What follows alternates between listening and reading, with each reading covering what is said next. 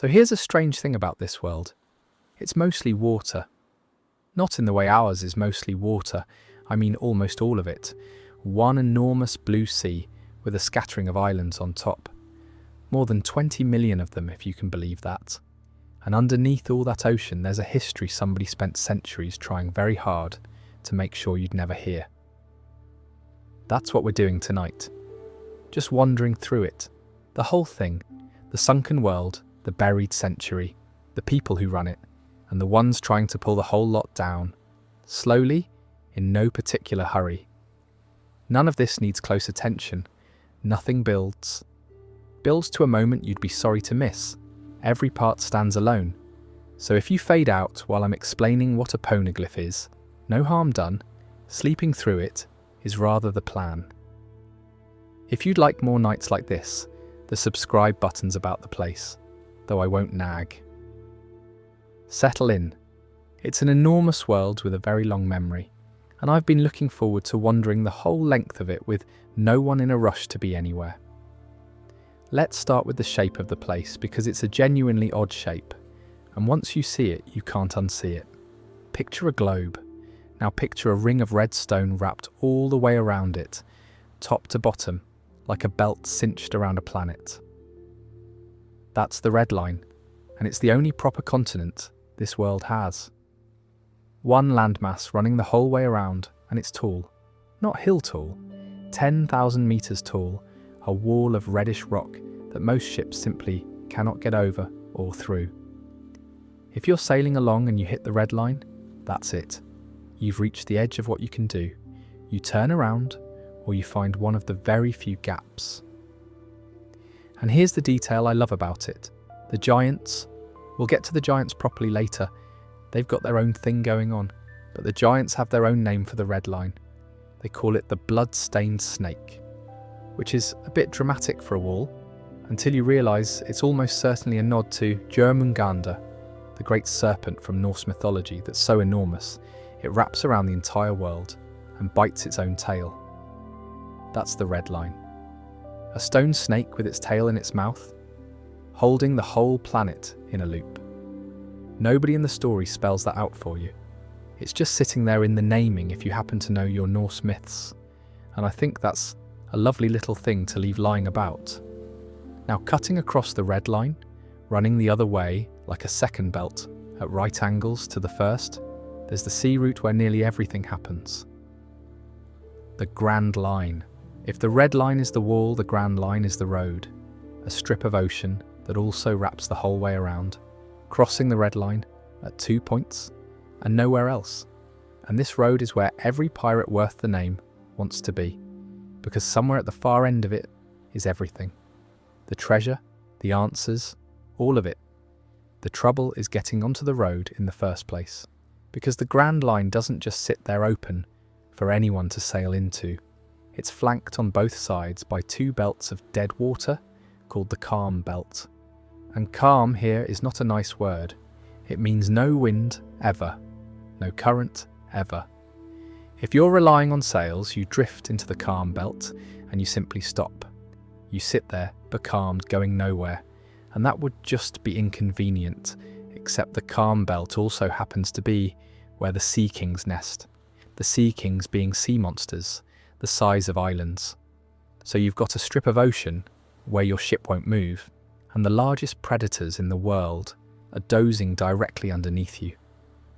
Most people who wander in there are never heard from again. It's a very effective fence when you think about it. You don't need a wall if the water itself won't let you pass. So how does anyone get in? Well, there's a mountain. Of course there's a mountain. Near where the four seas meet the red line, there's this pass called Reverse Mountain, and it does something that shouldn't be possible. The rivers run up it. Water from all four seas flows uphill, meets at the summit, and then pours down the other side, straight into the Grand Line. So the way in is to point your ship at the base of a mountain, trust that the water's going to carry you up and over, and hold on. Get it slightly wrong, and you smash into the rock. Get it right, and you're launched onto the one road that leads to the end of the world. It's mad, and it's also the safe option, which tells you something about the alternative. The The rest of the world, the ordinary part where most people actually live, is divided into 4 seas: the North Blue, the South Blue, the East Blue, and the West Blue. The red line and those 2 calm belts carve the whole ocean into these 4 quarters. And there's a running joke, sort of, that the East Blue is the weakest of the 4, the most peaceful, the least dangerous, the place where nothing much happens. Which is a fun detail because the East Blue is where some of the main crew grew up. The story quite deliberately starts you off in the quietest corner of the world before it drags you out onto the terrifying road. A bit like starting a walk on a gentle footpath so you don't clock how far you're actually about to go. The Grand Line itself has 2 halves, split by that red line crossing in the middle. The first half people call Paradise, which is heavily sarcastic, because paradise is where most sailors die. It's the easier half. The second half, the far side of the red line, is called the New World, and that's where the genuinely frightening things live. To get from the first half to the second, you can't go over the red line, remember, a massive wall, so you go under it.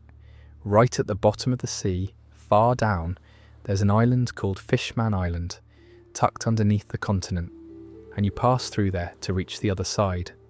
An entire civilization living in the dark under the ocean, at a depth is where the sunlight gave up long ago. We'll come back to them. What I find quietly remarkable about all this geography is how much of it is designed to keep people apart. The wall you can't climb, the water that won't carry you, the monsters that eat the stragglers. It all funnels everyone through 2 or 3 impossible little gaps. And it wasn't always like this. That's the thing to hold on to as we go. This shape, the drowned world, the scattered islands, the single ring of land. This is not how the world started. It's what's left. The whole map is a kind of wreckage, and the story of how it came to look like this is the story we're going to spend most of tonight, taking apart, slowly, one piece at a time. But let's not rush into that. Let's just sit with the shape for a moment longer. A red serpent of stone with its tail in its mouth. A road of ocean crossing it at right angles. 2 belts of still, monstrous water holding the road shut, and a mountain where the rivers run the wrong way because apparently that's the sensible way in. It's a strange, beautiful, slightly hostile little planet, and we've barely started. Now, I said the world we just walked around is what's left of something. Let's talk about what it's left of. This is the big one, really. The hole at the centre of everything. The thing the whole story keeps circling back to. It's called the Void Century. Here's the setup. If you looked at this world's history books, the ones the world government keeps and approves, you'd find a very tidy timeline, stretching back and back, kings and wars and dates, all the usual furniture of a long history, and then roughly 800 years ago, you'd hit a gap. 100 years where the record just stops. No kings, no events, no explanation, a clean blank century sitting in the middle of the timeline like a page torn out of a diary. That gap is the Void Century, and it isn't an accident. Nobody lost those 100 years. Somebody removed them, very deliberately, and made it a crime to go looking. That's the part that always gets me. It's not that the information faded with time, the way old history naturally goes soft at the edges. It's that studying this specific century is forbidden. Actively, aggressively forbidden. The single most dangerous thing you can do in this world is try to find out what happened during those 100 years. And when something is that carefully buried, your first thought is always the same. What could possibly be down there that's still frightening people all this time later? What was down there, as far as we've been able to piece together, is a kingdom. There was a nation during the Void Century, and it's usually called the Ancient Kingdom, or sometimes the Great Kingdom, and by every account it was extraordinary. Advanced in a way the present world simply isn't. Their technology was so far ahead that even now, all these centuries on, the cleverest scientist alive, a man called Vegapunk, who who we'll spend proper time with later, couldn't fully reproduce what they'd built. Sit with that for a second. 1,000-year-old civilization whose gadgets are still beyond the reach of the modern world's single greatest genius. That's not a slightly more advanced kingdom. That's a world that was going somewhere and then stopped. And they had an ideology, this kingdom. That's the word that keeps coming up. It wasn't just that they had good engineers. They believed in something from the fragments we've got, something to do with freedom, with people not being owned or ruled or fenced in. And that, apparently, is what made them a problem. Because there were other nations in the world at the time, and a group of them looked at this powerful, free-thinking, technologically superior kingdom and decided it was a threat that had to go. 20 of them banded together and went to war with the ancient kingdom. And this wasn't a border skirmish. This was a war that reshaped the planet. It's usually just called the Great War, which is doing a lot of quiet work as a name, and when it was over, the 20 had won. The ancient kingdom was destroyed. Not defeated and absorbed, destroyed, wiped, taken out of history so thoroughly that we don't even know what it was called. Its name is one of the great open blanks. There was a scholar, a man named Clover, an old professor, on an island of researchers, and he'd worked out the name of the kingdom, and he was about to say it aloud, and he was shot before the word could leave his mouth. That's how dangerous the name alone is considered. Not the history, not the secrets, just the name. We'll come back to poor Clover. The 20 kingdoms that won that war didn't just go home afterwards. They became the government. They formed the world government, the organisation that still runs almost everything to this day. And the ruling families of those victorious kingdoms became a kind of aristocracy that we'll get to in its own right, because they are a piece of work. So the people who won the war and the people who wrote the history are the same people, which is the oldest trick there is. If you get to decide what happened, you can decide that the other side were the villains, and that you were the heroes, and that the century where you did whatever you did is simply best left unexamined. Now here's the physical part, the bit that ties back to the shape of the world we just walked through. That war didn't only end a kingdom, it ended a landscape, because during or around the end of the Void Century, the sea levels rose, dramatically. We're talking about the ocean climbing by something like 200 meters, and when the sea comes up 200 meters, the world you knew goes under. Continents that used to be continents became a scatter of islands, the high ground poking up out of a risen ocean. That's why the world today is mostly water with land sprinkled on top. It didn't grow that way, it drowned into that shape. The map we walked around in the last section is the tide line of an old catastrophe, and the sea, apparently, is still rising. That same scientist Vegapunk reckons the islands that are left will eventually go under too, which gives the whole thing this quiet dread underneath it, the sense that the drowning never really finished. It just paused, and the water's been patiently creeping back up ever since. What actually happened to sink the world? We don't fully know. There are weapons involved, 3 of them, enormous ancient weapons that we'll dedicate a whole section to later, because they deserve it. The short version for now is that the war was fought partly with things capable of erasing islands, and it's not hard to join the dots between weapons that can sink land and a world that ended up sunk. But the details, the actual sequence of what was done and by whom, that's still mostly buried in the blank century. There's one figure standing right in the middle of all this, on the losing side, and his name is Joy Boy. He's the reason those kingdoms banded together in the first place. He and his allies were considered so powerful that it took a coalition of nations uniting to bring them down.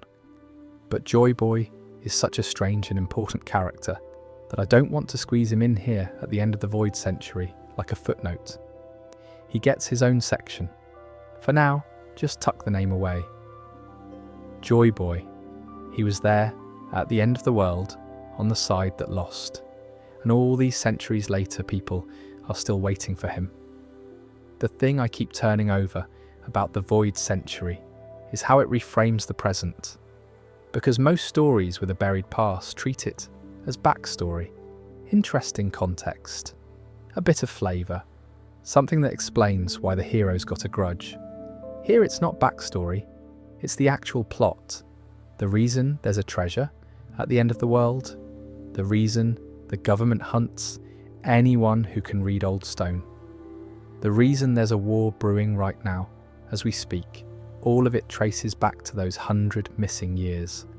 The present is essentially an argument about the past, and the people who won the argument the first time have spent lifetimes making sure nobody could reopen it. Which means, in a funny way, that the most powerful organisation in the world is fundamentally afraid, not of an army, of information, of a story getting out. You don't build 800 years of censorship and forbidden history and executed scholars because you're confident. You do it because somewhere down in that blank century, there's a truth that could pull the whole thing apart. And you know it, and you've never stopped being frightened of it. We're going to spend the rest of tonight in a wandering sort of way, poking at the edges of that blank century. Not solving it, a lot of it genuinely hasn't been revealed yet, and I'm not going to pretend otherwise, but circling it, looking at the stones it left behind, the people who touched it, the weapons and the myths and the one letter of the alphabet that seems to carry its will forward through the generations. It's a slow business, uncovering a century somebody worked this hard to hide. But we've got time. Let's start with the stones, so you've got a century that's been erased, deliberately, thoroughly, with executions to back it up. Which raises an obvious question, and it's one I think about a lot. If you were living through that erasure, if you were one of the people watching your whole history get scrubbed out around you, how would you fight back? You can't outshout an empire. You can't keep a library, they'll only burn. Books rot, people die, and anyone who remembers gets a death sentence. The answer these people came up with is one of my favourite ideas in the whole story. They wrote it in stone. Not ordinary stone. Enormous black cubes of a material so hard that in all the centuries since, nothing has managed to so much as scratch them. You can't break them, you can't burn them, you can't wear them down. They just sit there, indestructible, scattered across islands all over the world, covered in an ancient script. These are the poneglyphs, and they are the closest thing this world has to a memory that can't be killed. The people who carved them were clever about it in a way I find genuinely satisfying. They knew the message would need to survive people who wanted it gone. So first, they made it physically impossible to destroy, and second, they wrote it in a language that almost nobody can read. The ancient script on the poneglyphs is a lost art. Learning it is naturally forbidden. The government worked out very early that if you can't stop people finding the stones, you can at least make sure they can't read them. So for most of the world, a poneglyph is just a big black cube with pretty carvings on it. Meaningless, which is exactly the disguise its makers wanted. Hidden in guarded places and secret chambers on select islands, saying nothing to anyone who doesn't hold the key or hear their voice. Now there's a structure to these stones, and I'm going to give you the shape of it because it's rather elegant. There are around 30 poneglyphs in the world, all told, and they come in a few different kinds, each doing a different job. Most of them, the biggest group, are what you'd call the instructional ones. There are 17 of those, and they're a bit like signposts. They don't tell you the history directly. They point. Each one carries a clue about where to find the more important stones. So they're a network, a scavenger hunt laid down across the whole world, each stone quietly nodding toward the next.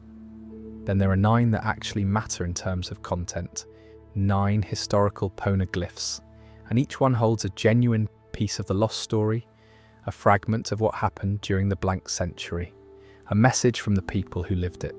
And here's the clever bit. On their own, each of the 9 is just a fragment, a puzzle piece. But if you could find all 9 and read them together in the right order, they'd combine into a single, complete text, the whole true history assembled. That combined text has a name, the Rio Poneglyph, and it is essentially the answer key to the entire world.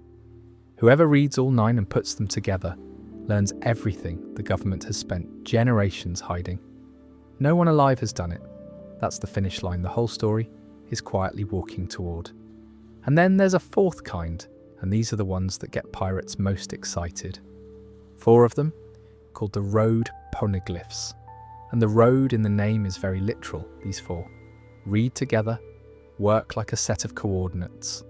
Each one points from wherever it stands toward a single place.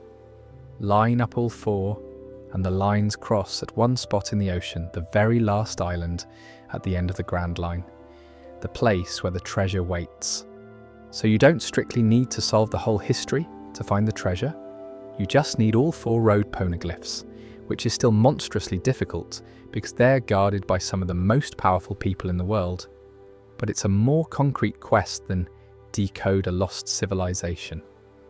Find 4 stones, draw 4 lines, sail to where they meet. The reason all of this matters, the reason it's not just lore trivia, comes down to one person. Because I said almost nobody can read the ancient script.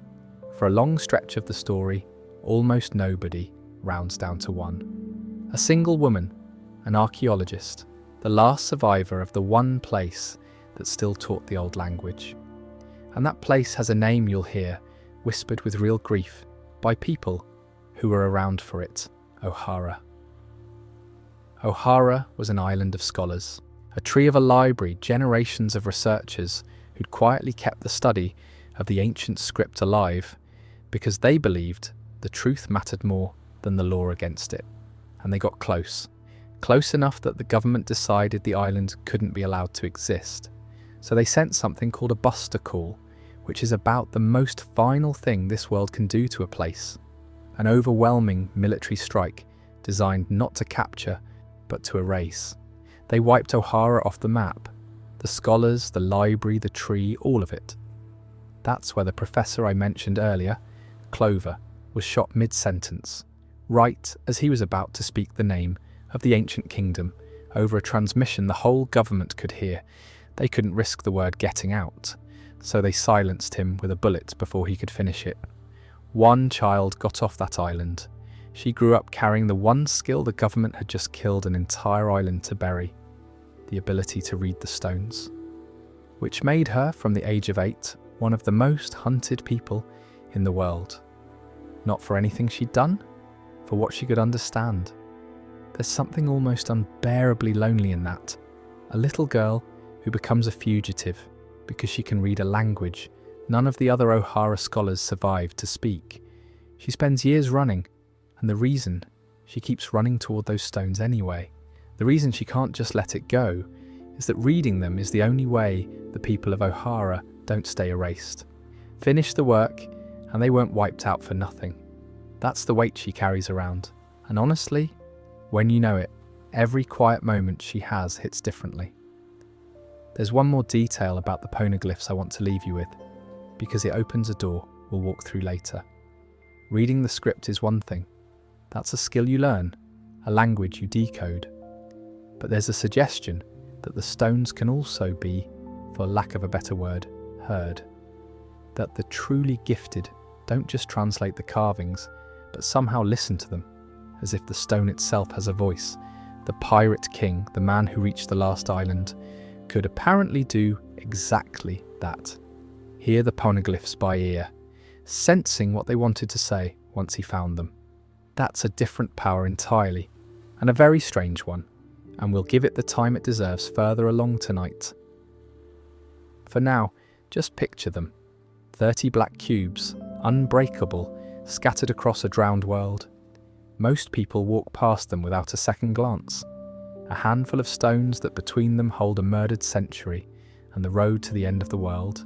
Written in a language an empire killed an island to silence. Waiting in the open for someone who can finally read the whole thing aloud. They've been waiting a very long time. They're patient, Stone usually is. Right. Joy Boy. I've been putting this one off. Partly because he's important and partly because there's a real risk of making him sound more solid than he actually is. Because the strange thing about Joy Boy, and I want to be honest about this up front, is that he's one of the most significant figures in the entire world, and we know almost nothing about him. He's a shape in the fog, a name that keeps surfacing, and I actually think that's the right way to meet him, because that's how the world meets him too. Here's what we can say. Joy Boy lived during the Void Century, at the very end of it, and he was on the losing side. He was tied to the ancient kingdom, and he and the people around him were powerful enough that, as I mentioned, it took 20 nations joining forces to bring them down. That should tell you something.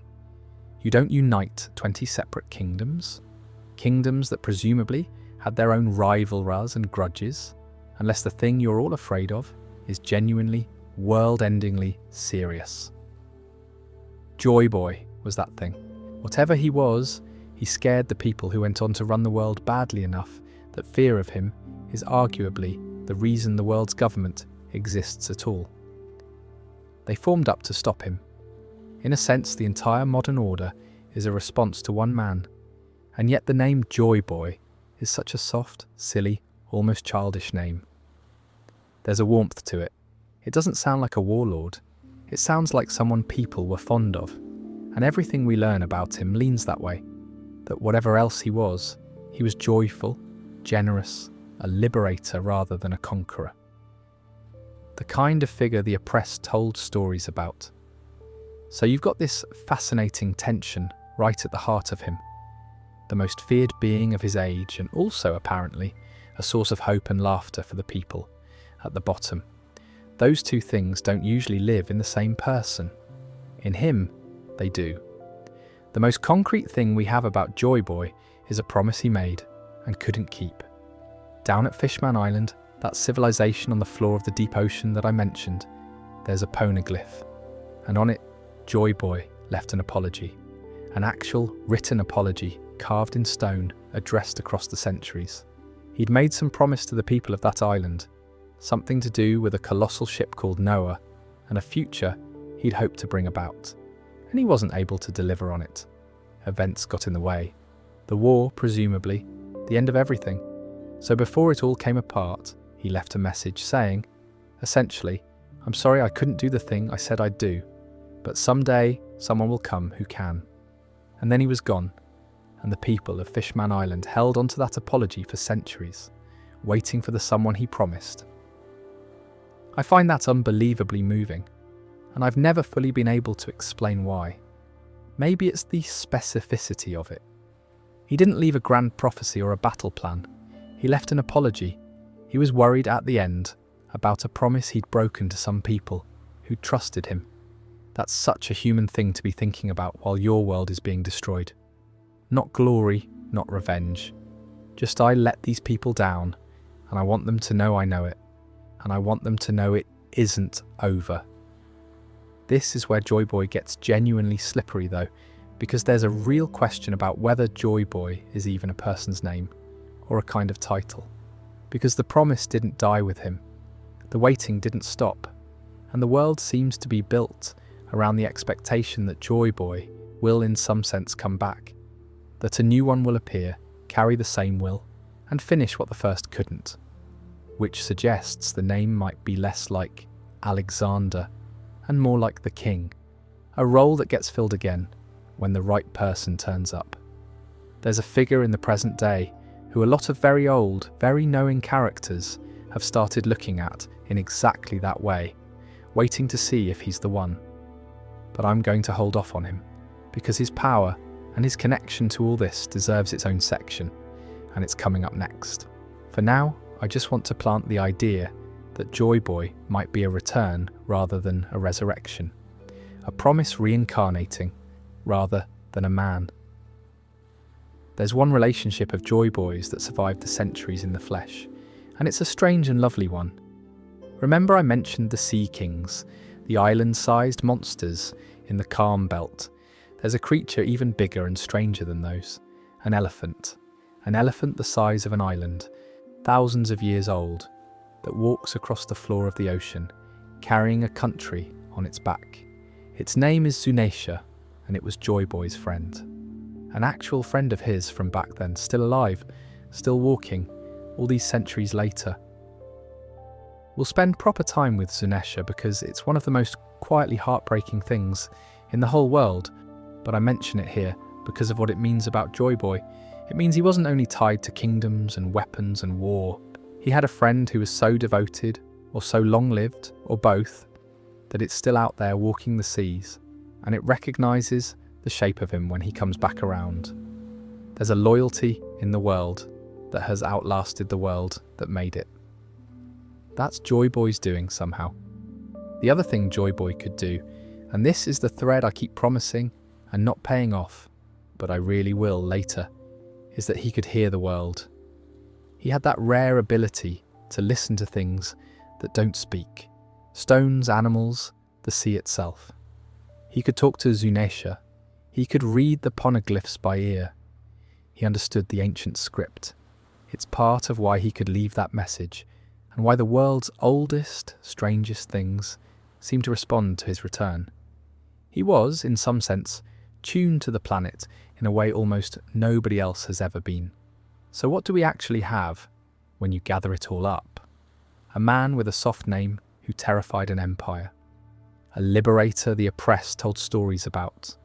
A broken promise and a written apology waiting under the sea. A friendship that outlived civilizations. A possible title rather than a person. A role waiting to be filled. And the ability to hear a world that most people experience as silent. That's Joy Boy. It's not much laid out flat like that. It's outlines and fog. But it's enough to feel the shape of the hole he left. And the whole story is, in a way, the sound of that hole slowly being filled back in. There's a version of this world where Joy Boy is just old history. A defeated rebel from a war nobody remembers. But that's not the version we're in. In the version we're in, the most powerful people alive are still, right now, afraid of what happens when he comes back. Lifetimes of waiting on both sides. The ones who hope for him, down at the bottom of the sea, holding an apology, and the ones who dread him, up at the top of the world, sitting on a throne they've kept warm for far too long. Everyone waiting for the same man, wanting completely opposite things. And the funny part is, he might already be here. Which brings us at last to the sun. There's a myth in this world that the people at the bottom told each other to get through the worst nights. It's a story about a god, and it's the kind of story that only exists because the people telling it needed it to. Slaves passed it down, prisoners, anyone who was owned or broken or ground down. And the god in the story is called Nika, the sun god. And here's what made him special. He wasn't a god of thunder or war or judgment. He was a warrior of liberation who fought with a smile, and everywhere he went he freed people from their suffering. And this is the bit I love. He did it by making them laugh. He'd turn up and the fear would break, and people would find themselves laughing in the middle of the worst thing that had ever happened to them. And somehow, that was the liberation. Not a sword, a laugh. The sun coming up on people who'd forgotten it did that. It's a beautiful little myth, and for most of the story that's all it seems to be. A comforting legend with no substance behind it. The sort of thing hopeless people invent, because the truth is unbearable. Sort of like how, when things are genuinely dire, people will tell you dawn always comes, and you know they can't actually promise that. But you hold the words anyway, because holding something is better than holding nothing. Nika was that.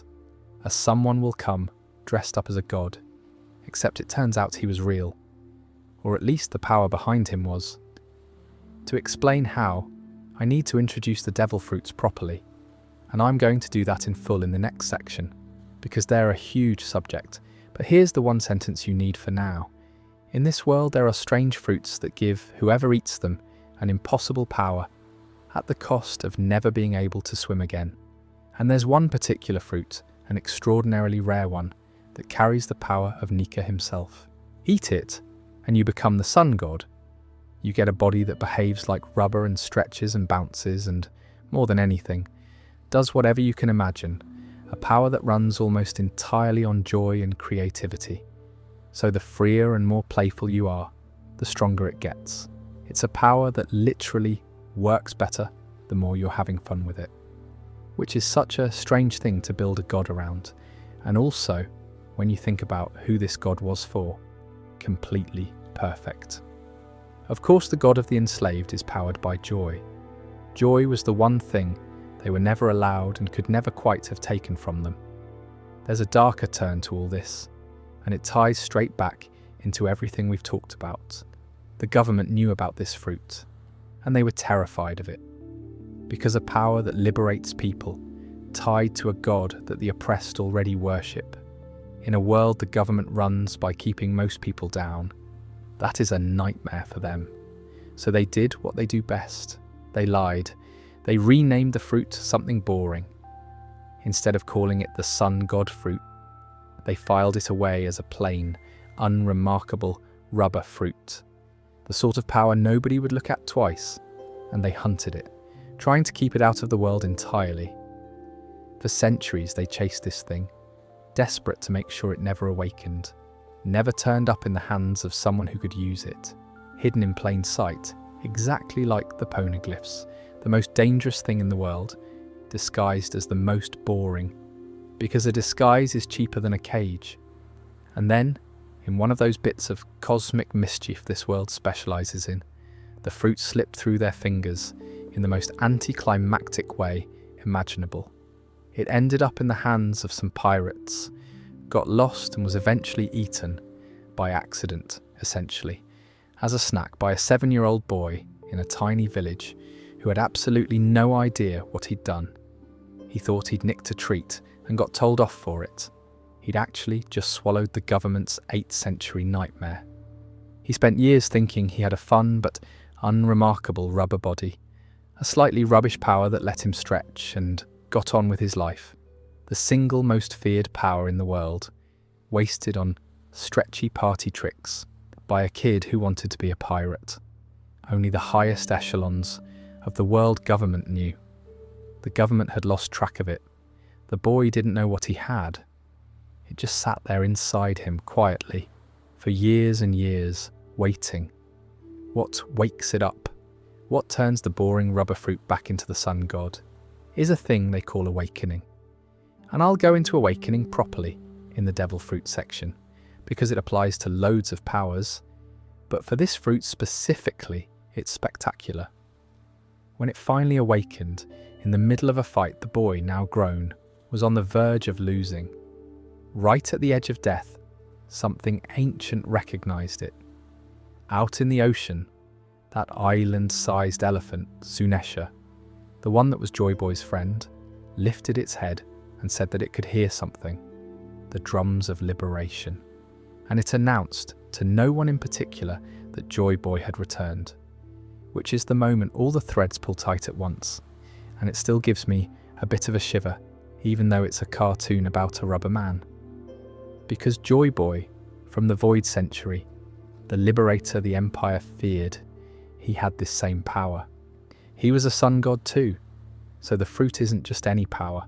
It's the same will, the same laughing, liberating force, coming back around after centuries, looking for the right person to wear it again. That's what I meant earlier, about Joy Boy maybe being a title rather than a name.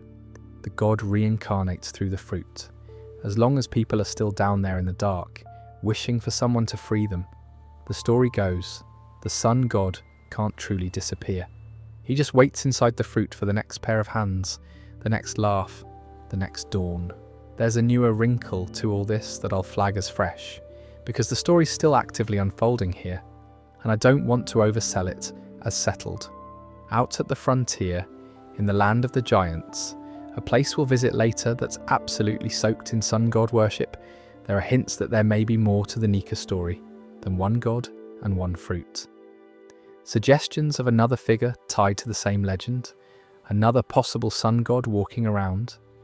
I'm being deliberately vague because, honestly, it's the kind of thing that's being revealed in real time, and the shape of it keeps shifting. But it's worth knowing that even the myth we've just walked through, which felt so complete, has more underneath it. It usually does with this story. You get to the bottom of something and the bottom turns out to be a lid. What I keep coming back to, though, isn't the mechanics. It's the choice of God.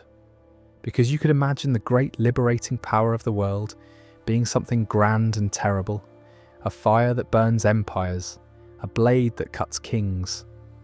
Instead, it's rubber. It's slapstick. It's a man laughing so hard that reality gives up and starts laughing with him. The most ridiculous power in the world, handed to the most ridiculous pirate. And it turns out that's not a joke at the story's expense. It's the whole point. This is a world that got sunk and censored and chained by people who took themselves deadly seriously. And the thing that's meant to break all of that open isn't more seriousness. It's joy. It's freedom that looks like a cartoon. There's something almost cheeky about it, like the universe deciding the correct answer to all those centuries of grim control was a punchline. I don't know.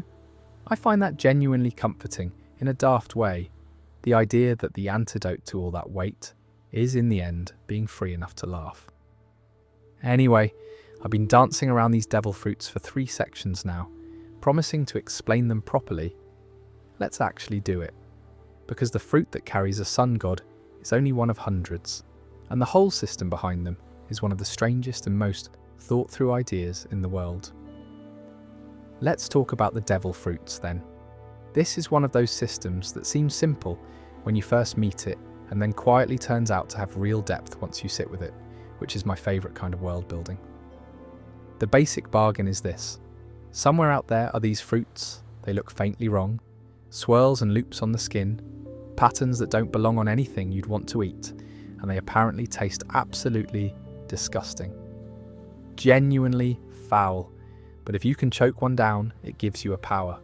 A single, specific, permanent, impossible power, and in exchange, the sea rejects you forever.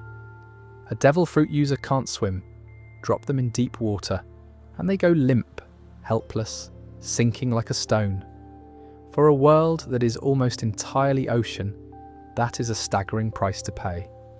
You gain something no one else can do, and you lose the one thing everyone else takes for granted, the ability to not drown.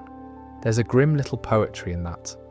The devil gives, and the sea takes it back. The powers sort into 3 broad families, and once you know the 3, you can more or less place any fruit you come across. The first and most common family is called paramecia. These are the fruits that alter your body, or the things around you, or reality in some localized, specific way. Someone might be able to turn any surface they touch into rubber. Someone else might turn their body into slices that float apart and rejoin. Another person might be able to make anything they touch explode, or turn things into food, or produce endless string, or manipulate people's memories. Paramecia is the grab bag, the wild card category. It's where the truly strange and creative powers live, because a paramecia can be almost anything. If you've ever caught yourself thinking, if only I could do that one weird thing, there's probably a paramecia for it. Hold that thought, actually, because we'll come back to why that's true, and it's lovely. The second family is the zoan. These let you turn into an animal, properly turn into it, plus a hybrid halfway form that's usually the most useful in a fight. A person who can become a wolf, or a leopard, or a dinosaur. Zoan fruits are considered the most straightforwardly combat-friendly because you get raw strength and speed and durability in the package. And there's a rare, special branch of them called mythical zoan, which are the fruits that let you become creatures that don't exist. A phoenix, a dragon, a god from an old story. Those are the rarest fruits in the whole world, rarer even than the third family. And the sun god fruit we just spent a whole section on is one of them. A mythical zoan, letting you become a being out of legend, which is why it hits so much harder than Rubber Man. It was never really about the rubber. The third family, and the rarest of the ordinary three, is Logia. And Logia is the one that makes people go quiet when it turns up, because a Logia user can turn their entire body into an element and control it. Not just make fire, become smoke or sand or ice or light or lightning or magma. And the terrifying part is what that does defensively. If your whole body is smoke, what exactly is someone going to punch? Their fist goes straight through you, and you reform behind them, unbothered. A Logia user is, for most opponents, simply impossible to hit. You can't grab smoke, you can't cut light. For a long stretch of the story, running into a Logia user is basically a death sentence unless you've got a very specific answer to them. And there is an answer, which is a power system called Haki, and that's the next section, so I'll leave it hanging there like a slightly annoying cliff, except it's not a cliff because you can just drift off and it'll still be there when you wake up. Now, there's a rule about these fruits that's genuinely eerie once you notice it. There's only ever one of each fruit in the entire world at a time. One rubber fruit, one fire fruit, one of each. And when the person who ate a fruit dies, the power doesn't die with them. It reincarnates. The fruit reappears, grows again, somewhere in the world, in some ordinary looking piece of fruit, carrying the exact same power, waiting to be found and eaten by someone new. So these powers are in a sense immortal. They pass down through history, wearing different people, like clothes. The fire fruit that belonged to one man will, after he dies, turn up on a tree somewhere and become someone else's fire. That's a slightly haunting idea when you let it settle. There are powers walking around the world right now that have outlived dozens of owners and will outlive dozens more. The person is temporary. The ability just keeps going. I mentioned awakening in the last section, and I owe you a proper explanation now. Awakening is what happens when a fruit user reaches a much deeper level of mastery. Deep enough that the power stops being just about them and starts spilling out into the world around them. An awakened paramecia might be able to turn not just their own body, but the entire street into their element. It's rare, it's difficult, and most users never get there. For that sun god fruit, awakening is what turns the boring rubber back into the god. For others, it just makes an already frightening power apocalyptic. The general idea is the same everywhere. Awakening is the fruit becoming fully itself, no longer contained by the person holding it. There's also a darker, uglier corner of all this, which is that people have tried to manufacture these powers artificially, and it goes about as well as you'd expect when you try to industrialize something you don't understand. There are man-made fruits. The most notorious are a cheap, mass-produced line where the success rate is something like 1 in 10. 1 in 10, which means for every person who eats one and gets a usable animal power, there are 9 who eat one and come out the other side as something broken. Failed transformations, people turned into half things that can't be undone.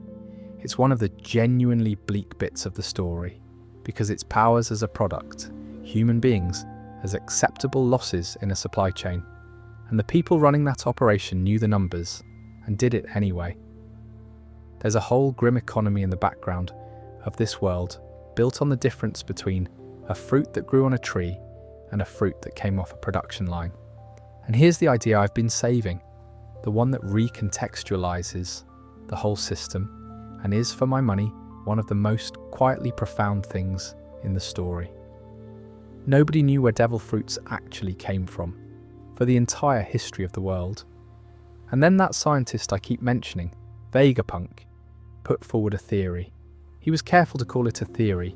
He didn't claim to have proof, but it lands like truth. He suggested that devil fruits are the physical form of humanity's dreams. That every fruit is a wish somebody, somewhere down the long line of history, once made. Someone looked at their life and thought, if only I could stretch. If only I could fly. If only I could turn anything I touched into food, so no one would ever go hungry again. And somehow, over the long, slow churn of the world, those wishes take shape and become power. That's why there's a paramecia for nearly anything you can imagine, because someone imagined it. The fruits are a catalogue of everything people have ever wished they could be. Every desire the species has ever had for something more, made real sitting on a tree, waiting. I love that so much I can hardly stand it, because it means the powers aren't random. They're a record of longing. Each one is a little monument to a person who wanted the world to be different than it was. The fire, the smoke, the rubber, the sun, all of it. Dreams that refuse to stay dreams. And it rhymes with something the Pirate King himself once said, right at the end, about how dreams and inherited will, and the passage of time, never really stop as long as people keep reaching for freedom. The fruits are that idea made literal. People's hopes don't die, they come back. Sometimes as a power on a tree, which funnily enough is almost exactly the logic behind the other great power of this world. The one built not from dreams, but from sheer force of will. And that's where we're going next.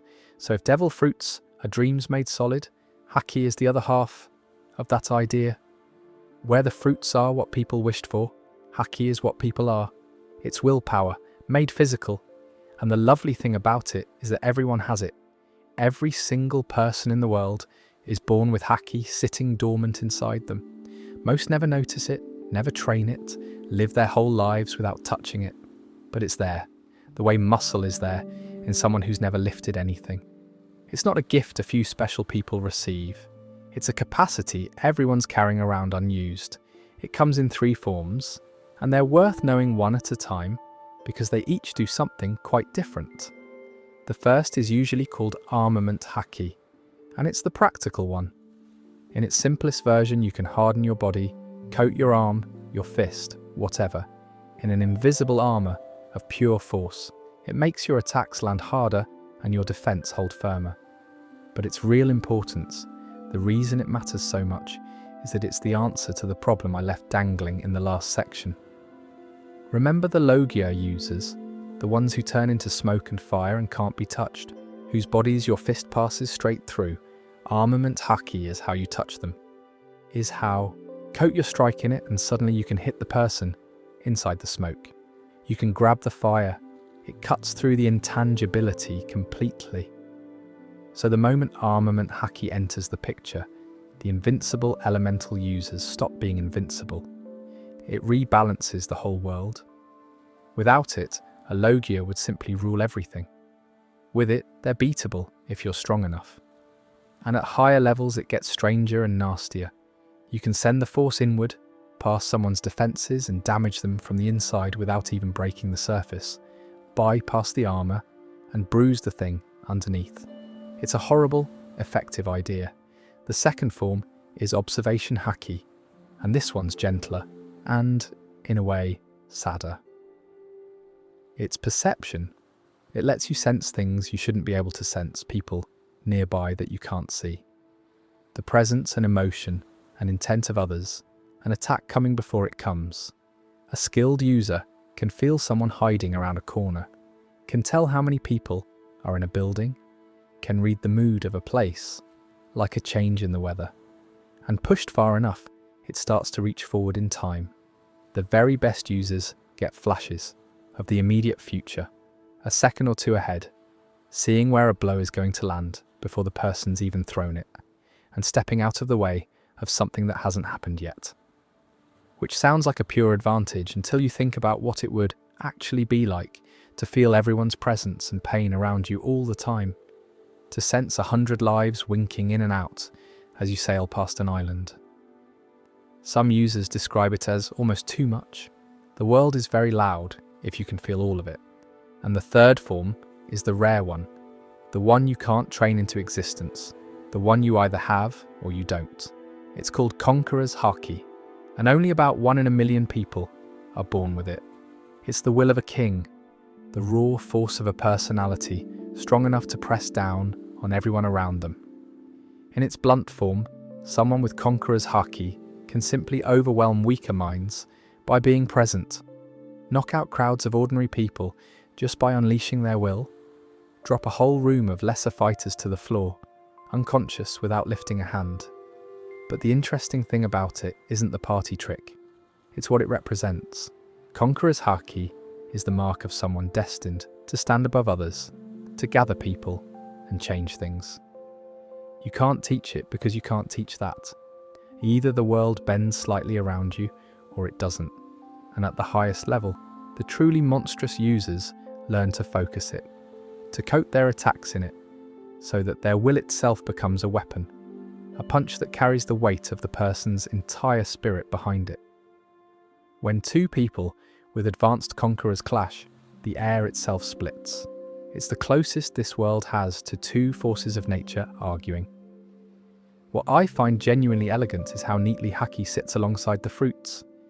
Because we said the fruits are dreams, the things people wish they could be, and haki is will, the strength of who people actually are.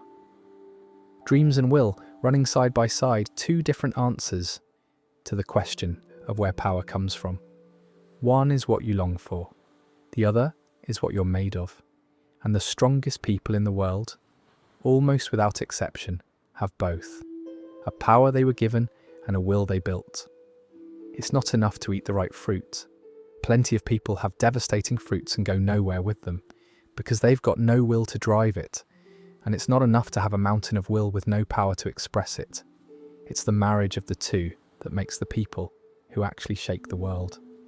I won't belabor the dreams and will thing because I've already gone on about the dreams, half at length, but it's worth noticing that the story keeps handing you the same idea in different clothes.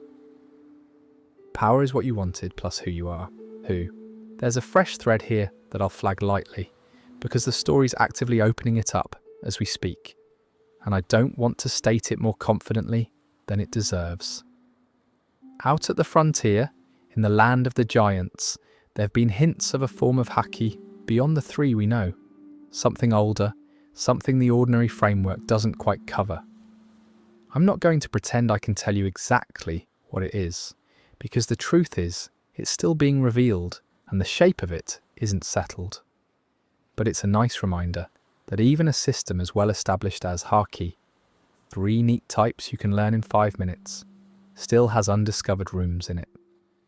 Which is the sort of trick this world loves. You think you've got the map, and then the map turns out to have edges you hadn't noticed. The thing about haki that stays with me, more than any of the specific powers, is that it's democratic in a way almost nothing else in this world is. The fruits are rare and singular and mostly luck.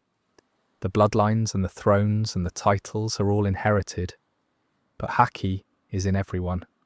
The fisherman, the shopkeeper, the child, all of them born with a sleeping strength they'll probably never wake, and every so often someone does wake it, through desperation or grief, or the sheer bloody-minded refusal to lose, and discovers that the thing that saves them was inside them the whole time, waiting to be needed. There's something hopeful in that, buried under all the fighting. The idea that the deepest power isn't given to you by a fruit or a king or a god. It's just will. It's just how much you refuse to give up.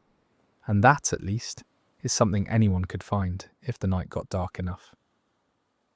Here's a quiet one.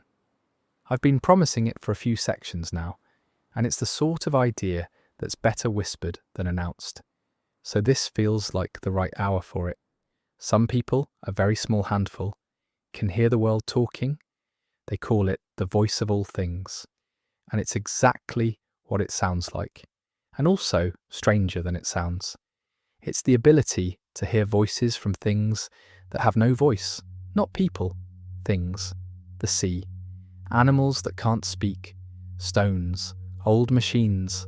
A person with this power can stand in front of one of those poneglyphs. Those unbreakable stones covered in a language almost no one can read.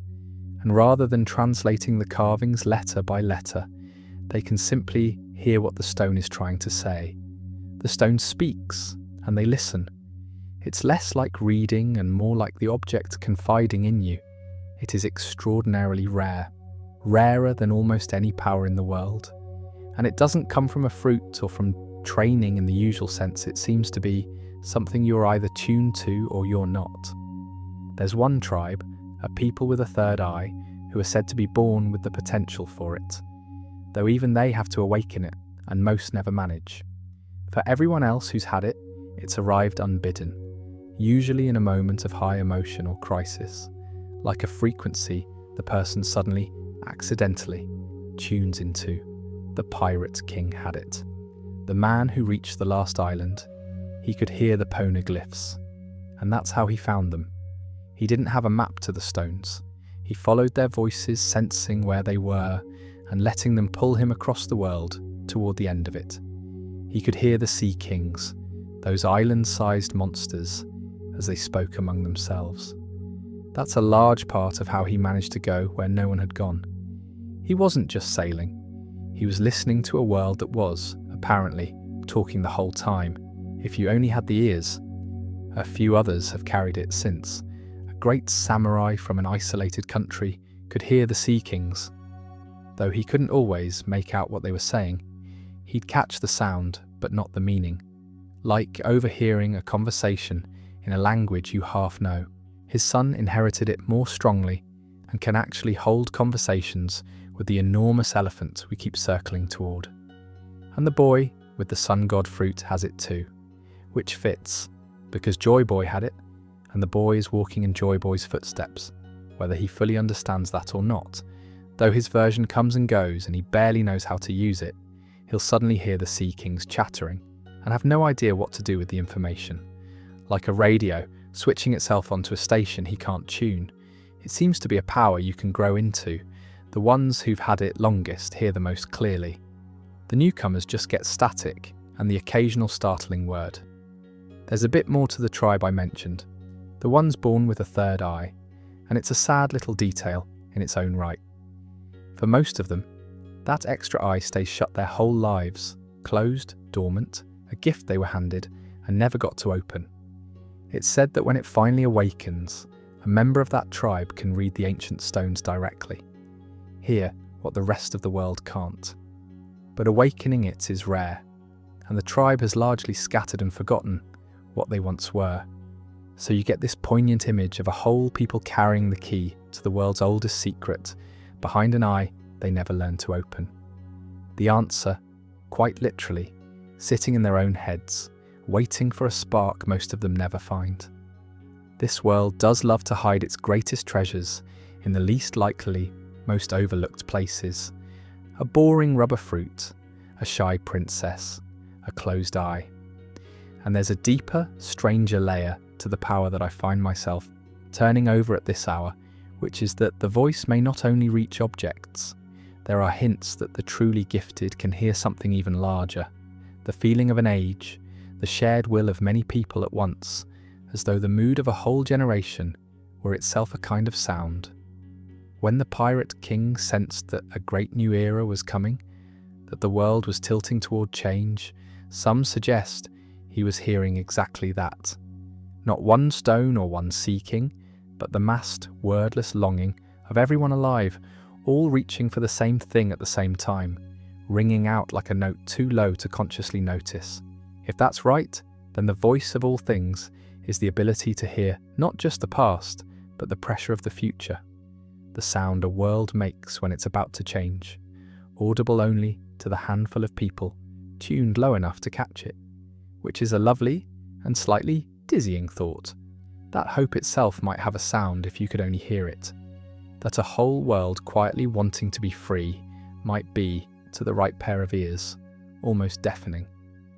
What I find so affecting about the voice of all things is what it implies about the world itself. Because if a handful of people can hear stones and seas and old machines speaking, then the stones and seas and old machines are speaking all the time, to everyone, and almost no one can hear it. The world is full of voices. The poneglyphs aren't silent, they're just talking to a room that's gone deaf. The sea kings aren't dumb beasts, they're having conversations we're not equipped to overhear. There's an ancient robot, likely from the Lost Kingdom, that attacked Mary Joyce 200 years ago, went dormant, and was recently stirred awake by Luffy's drums of liberation. A machine that seems to uniquely respond to his power, even if we don't know for sure it's been trying to reach out all that time. Imagine being that robot. Imagine having something to say for centuries, and having to wait that long for a single person capable of hearing you. That's the melancholy underneath this power, and it's a very gentle melancholy, which is why I saved it for now. The world is not as silent as it seems. It's dense with things trying to speak. The drowned history in the stones, the memory in the sea, the old friends of Joy Boy still out there waiting. And the tragedy isn't that they've got nothing to say, it's that they've had so much to say, for so long, and the number of people who could ever hear it, you could count on your hands. Most of the great secrets of this world aren't hidden in vaults, they're being spoken aloud, constantly, by the stones and the water and the ancient machines, in a voice that the people who most need to hear it were never able to catch. And every so often someone can. Someone walks up to a stone that's been talking to no one for centuries, and stops and tilts their head and finally hears it. There's something in that I find quietly devastating. A world patiently repeating itself into the silence on the off chance that one day the right person walks by. It usually takes them a very long time, but the stones don't mind waiting. And when the listener finally comes, the whole world has been holding the same sentence, ready to say at the moment someone can hear. Speaking of things that have been walking and waiting for far too long, let's finally go and sit with that elephant.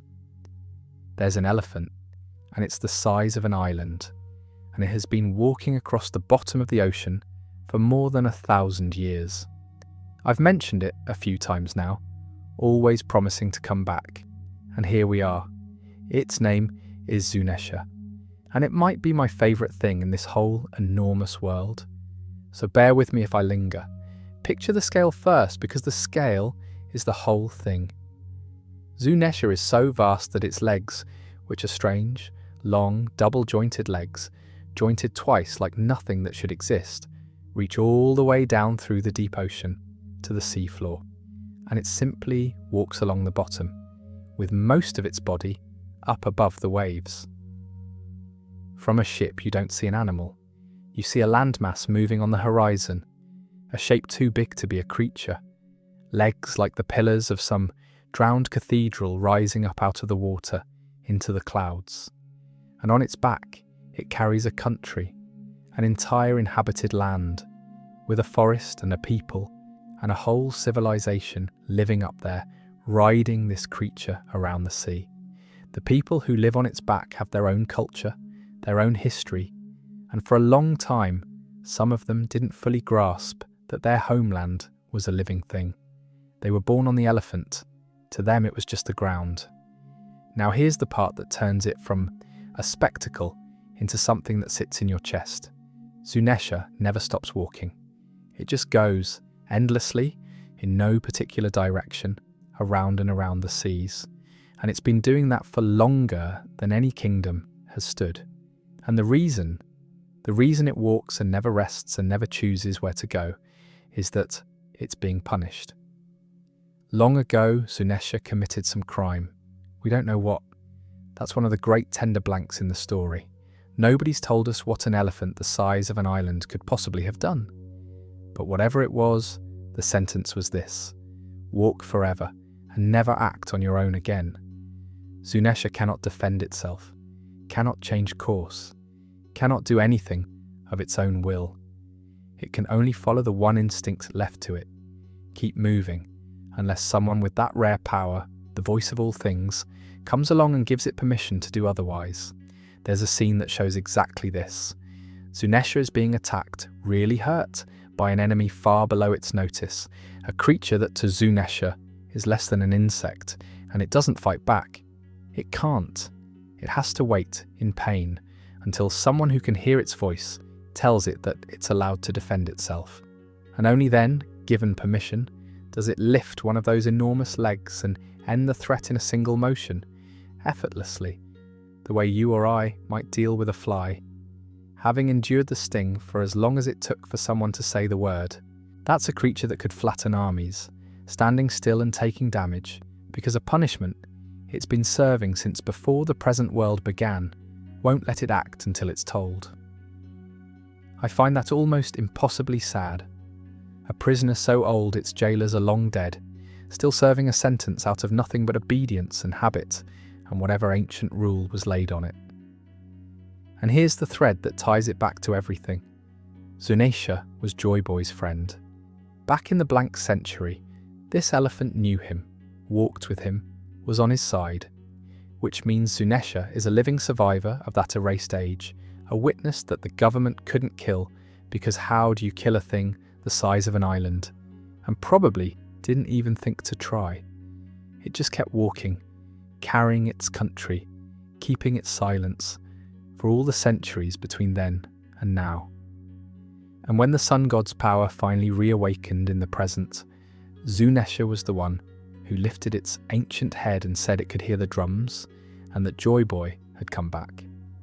After more than 1,000 years of walking, this creature that loved someone in a lost age got to feel that person return to the world.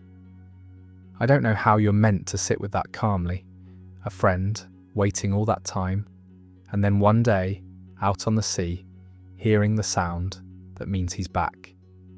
I think what gets me about Zunesha is that it makes the whole world feel like it's grieving something, because the elephant is a piece of the lost century that never went away.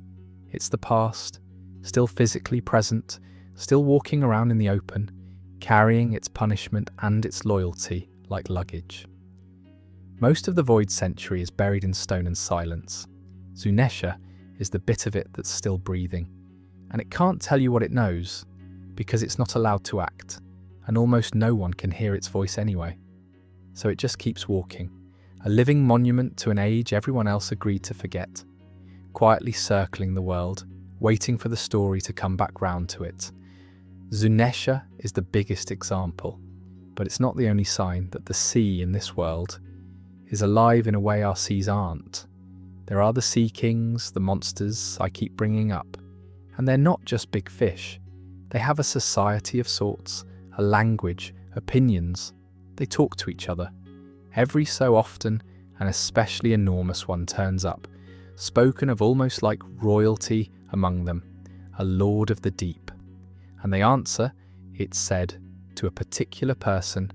There's an ancient bloodline connected to a power that can command the sea kings, tell them where to go and what to do, and we'll get to that when we talk about the ancient weapons, because it's one of them. But the point for now is that the sea isn't scenery. It's populated by things with minds, arranged in their own hidden order, having their own long conversations beneath the surface, while the ships pass overhead, none the wiser. There's a whale-sized tree, a forest that grows on the elephant's back, springs that flow from it. There are islands that turn out to be creatures, plants big enough to be countries, weather that behaves like it has intentions. The more time you spend in this world, the more you get the feeling that the line between place and living thing is much blurrier here than it is at home. A country can be an animal, a wall can be a snake, the rivers can run up a mountain, and the sea remembers, it holds the drowned world underneath it, and the survivors of the lost age walk across its floor, and it's full of voices for anyone who can hear. It's a comforting thought to drift off on, actually. Not a dead world of rock and water, but a living one, patient and enormous and mostly asleep, carrying its old griefs around with it and waiting, the way the elephant waits, for someone to finally come along and tell it that it's allowed to move. I keep saying the void century sank the world, and I keep half promising to explain how. This is where I make good on it, more or less, because the how comes down to 3 things, and they've got 3 of the best names in the story. They're called the ancient weapons, and they're named after old gods, Pluton, Poseidon, and Uranus. Underworld, sea, and sky. Earth below, ocean, and the heavens. Between them they cover the whole of creation, which is a fairly heavy hint about the scale of what they can do. The word weapon is doing something sneaky here though, and it's worth flagging before we go further, because it colours everything. We call them weapons because that's how the people who won the war described them, and the winners write the dictionary. But as we'll see, at least one of the 3 isn't a weapon at all in any normal sense, it's a person. which makes you wonder how much of what we've been told about these things is the truth, and how much is just the shape of the story the victors wanted. Keep that in your back pocket. Let's start with Pluton, the underworld one, because it's the most straightforward and the one that's been dangled longest. Pluton is a ship, a warship built during the blank century, and it is described as the single most destructive vessel ever made, a ship capable of wiping an entire island off the face of the world in one blow. Not sinking a fleet, erasing an island. And here's the wrinkle that makes it so interesting. The ship itself has been sleeping, sealed away and hidden for centuries. But its blueprints survived separately, passed down through a line of shipwrights in the world's great shipbuilding city. And the reason they were kept rather than destroyed is truly thoughtful. The shipwrights reasoned that if the original Pluton ever fell into the wrong hands and got used, the only thing that could stand against a Pluton would be another Pluton. So they kept the plans alive as a deterrent, handed master to apprentice down the generations.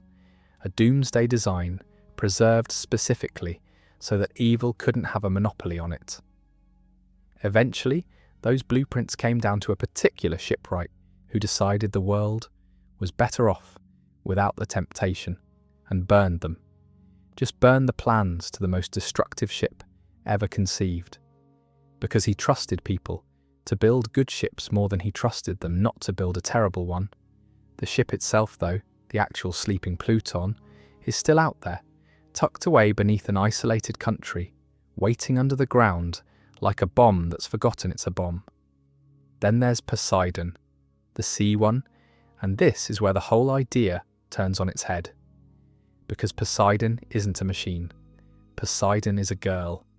Every so often, once in several centuries, a mermaid is born with a power so rare it might as well be a myth. The ability to call the sea kings, to speak to those island-sized monsters of the deep and have them answer, command them, summon them.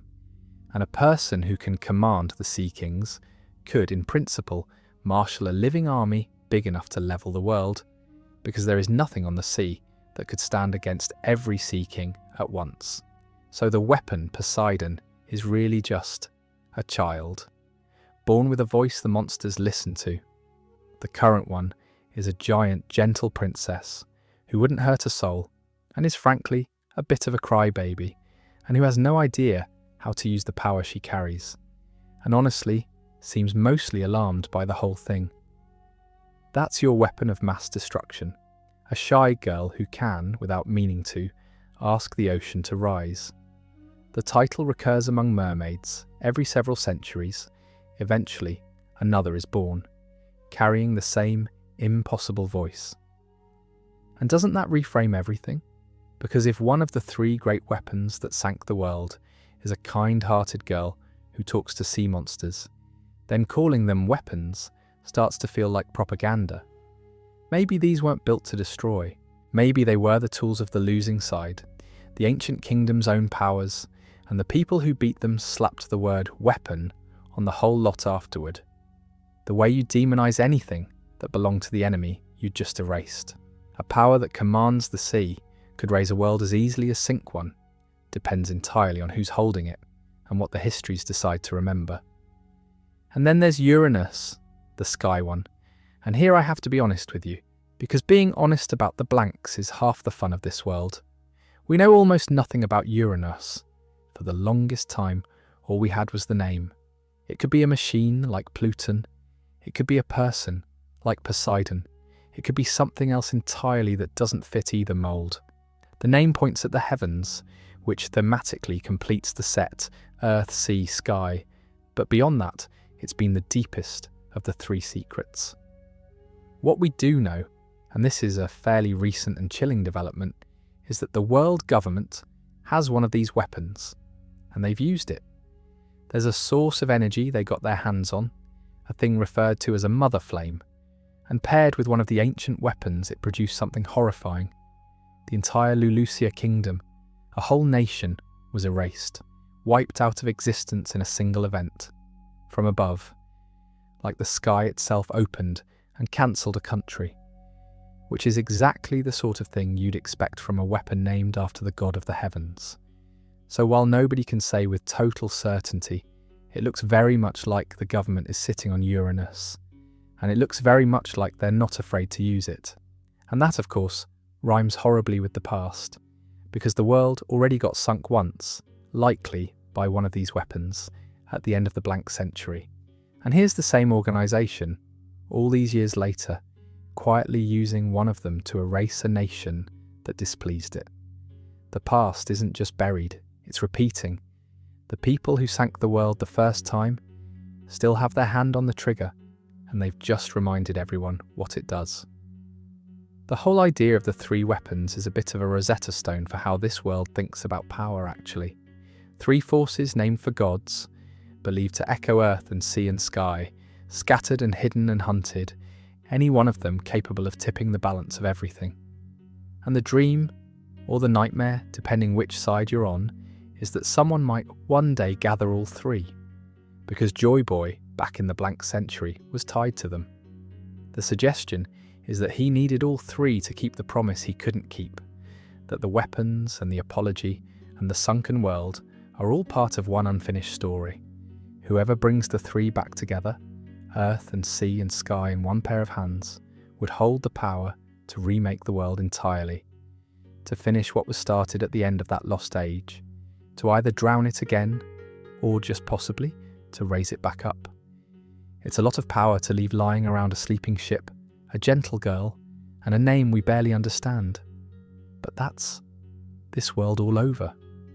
The most world-ending forces in it are hidden inside the softest, quietest packages, waiting for the right moment and the right person. A bomb under a mountain, a princess who talks to monsters, and a secret in the sky that a frightened empire is already using to erase anyone who steps out of line. Let's go up to the top of the world for a while. Not the top of a mountain, the top of the whole social order, the people who sit above everyone else, and how they got there. Because we've talked a lot about the winners of that ancient war in the abstract, the world government, which sounds like a committee. It's worth looking at who they actually are, because they're one of the most quietly monstrous ideas in the story. Start with a room and a chair. High up on that ring of red stone that wraps the world, at the Holy Land where the government keeps its heart, there's a chamber. And in the chamber, there's a throne. And the throne is empty. It's called the empty throne, and there's a rule about it. No one is permitted to sit there. It's a symbol, supposedly, of a world with no single ruler, a promise that power is shared among many, that no one person sits above all. All the great figures of the government gather in that room, and none of them takes the seat, out of respect for the idea that no one should. It's meant to represent humility, a vacant chair, honouring the notion that nobody's in charge. Which would be a lovely bit of political theatre, except, and we'll come to this properly in the next section, the chair is a lie. Somebody does sit there, but hold that. For now, just enjoy the image of a room full of the most powerful people in the world, all carefully not sitting in the one seat that matters, performing a modesty that the whole thing is built on top of. Now the founding families. Remember the alliance of kingdoms that banded together to win the ancient war and then became the government. The kings of those nations made a decision at the moment of victory that tells you everything about them. They left. They abandoned their own kingdoms, their own peoples, and moved up to that holy land to live together as a new kind of aristocracy above the world they'd conquered. Their descendants are still there. They're called the celestial dragons, or the world nobles, and they are, to put it plainly, the worst people in the world. And the story does not hedge about it. They live in absolute luxury, cut off from everyone. They breathe through bubble helmets because they consider the same air as commoners literally beneath them. The idea of sharing your atmosphere with ordinary people being so distasteful, they'd rather pipe in their own. They can do essentially anything to anyone below them, which is everyone, with no consequences at all. They buy and sell people. They shoot commoners in the street on a whim and face nothing for it. There's a slave trade run openly in certain places, feeding these people human beings, the way you or I might buy furniture. And it's not a shameful secret. It's an accepted institution, protected by the full weight of the government, because the government is them. The entire apparatus of world order exists, when you follow it up to the top, to keep a few hundred cruel and idle descendants of old kings comfortable and untouchable. And the maddening thing, the thing that makes them quite frightening rather than just unpleasant, is that touching one of them is one of the gravest crimes in the world. Harm a celestial dragon and the government will unleash its most extreme response, an admiral, not the overwhelming military strike they used to erase the island of scholars. Raise a hand to one of these people, and an admiral comes for you, and possibly your whole island burns. So they can do anything, and nothing can be done to them, and that our symmetry is enforced by the largest military on the planet. Its power completely divorced from responsibility, insulated by centuries of law and fear.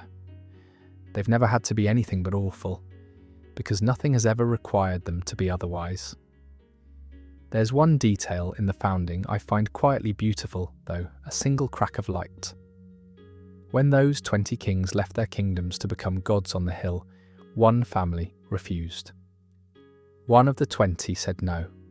They chose to stay behind, to remain in their own country, to keep being ordinary rulers of an ordinary people rather than ascend into that gilded cruelty. And that decision echoes down the whole story, centuries later, because that one family, a desert kingdom's royal line, is still down here among everyone else, still human, still governing with actual care. They gave up godhood to stay people. And the moment where a member of that family, generations on, quietly reveals the truth of that old refusal to the government's face is one of the bravest small things in the story. Precisely because they know what it costs to remind those people that once one of their own chose decency over the throne. There's a gathering that happens now and then called the Reverie, where the kings of the world, the ones who still actually rule their nations, the ones who didn't become celestial dragons, all travel to the Holy Land to meet under the government's watchful eye. And it sounds like diplomacy, a grand council of nations, and partly it is, but it's also a reminder of the hierarchy. All these proud kings, gathering in the shadow of the people who left kingship behind to become something above it, having their audience in the house of the untouchable. The real power in that place isn't in the visiting kings, it's in the empty chair, and in whoever these nobles answer to, and in the thing that even the nobles don't fully understand about the world they think they run. Because here's what makes the celestial dragons almost pitiable, in a very cold way. For all their cruelty and all their untouchable luxury, they're not really at the top. They think they are. They swan around as the highest beings in creation, gods among men. But there's something above even them. There's a ruler most of them don't know exists, sitting in a chair they've all agreed is empty, and the true history of how their whole order came to be is a secret that most of them have never been told. They're the middle management of a conspiracy they don't fully grasp, cruel little kings of a world whose deepest truth is being kept even from them. The people at the top of the world are, in the end, being lied to as thoroughly as the people at the bottom, just more comfortably. And that's the thing to carry up into the next section, where we finally go and look at the chair that isn't empty. Because everything we've just walked through, the government, the nobles, the slavery, the erasing of history, the whole 8th century machine, all of it, it turns out, serves one person, one presence, sitting quietly at the very top, older than anyone knows, in the seat that no one is allowed to sit in. Let's go and meet whoever that is, or whatever. So there's someone in the chair. Let's talk about the person nobody's supposed to know exists. Their name is Imu, just Im. And Im is the true ruler of the world, not a figurehead, not a symbol, the actual sovereign, sitting in that empty throne that everyone else swears is empty. The whole performance of the vacant seat, all that theatre about no one ruling the world, is cover for the fact that one being has been ruling it, quietly, from that exact chair for a very long time. The most powerful people in the government, the ones who think they run everything, come into Im's presence and bow. They kneel.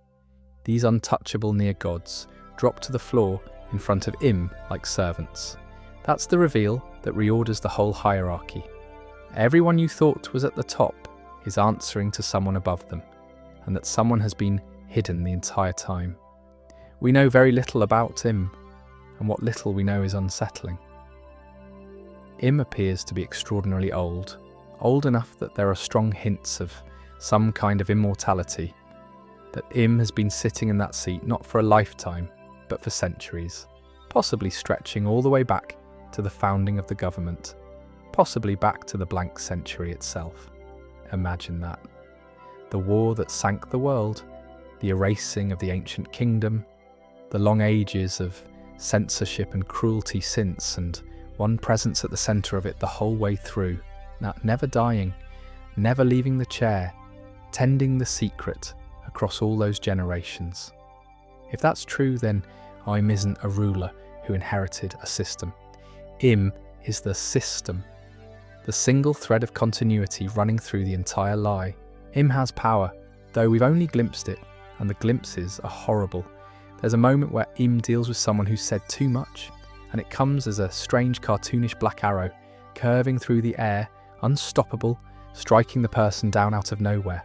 And there's the erasing of that kingdom I mentioned, the whole nation wiped from the map.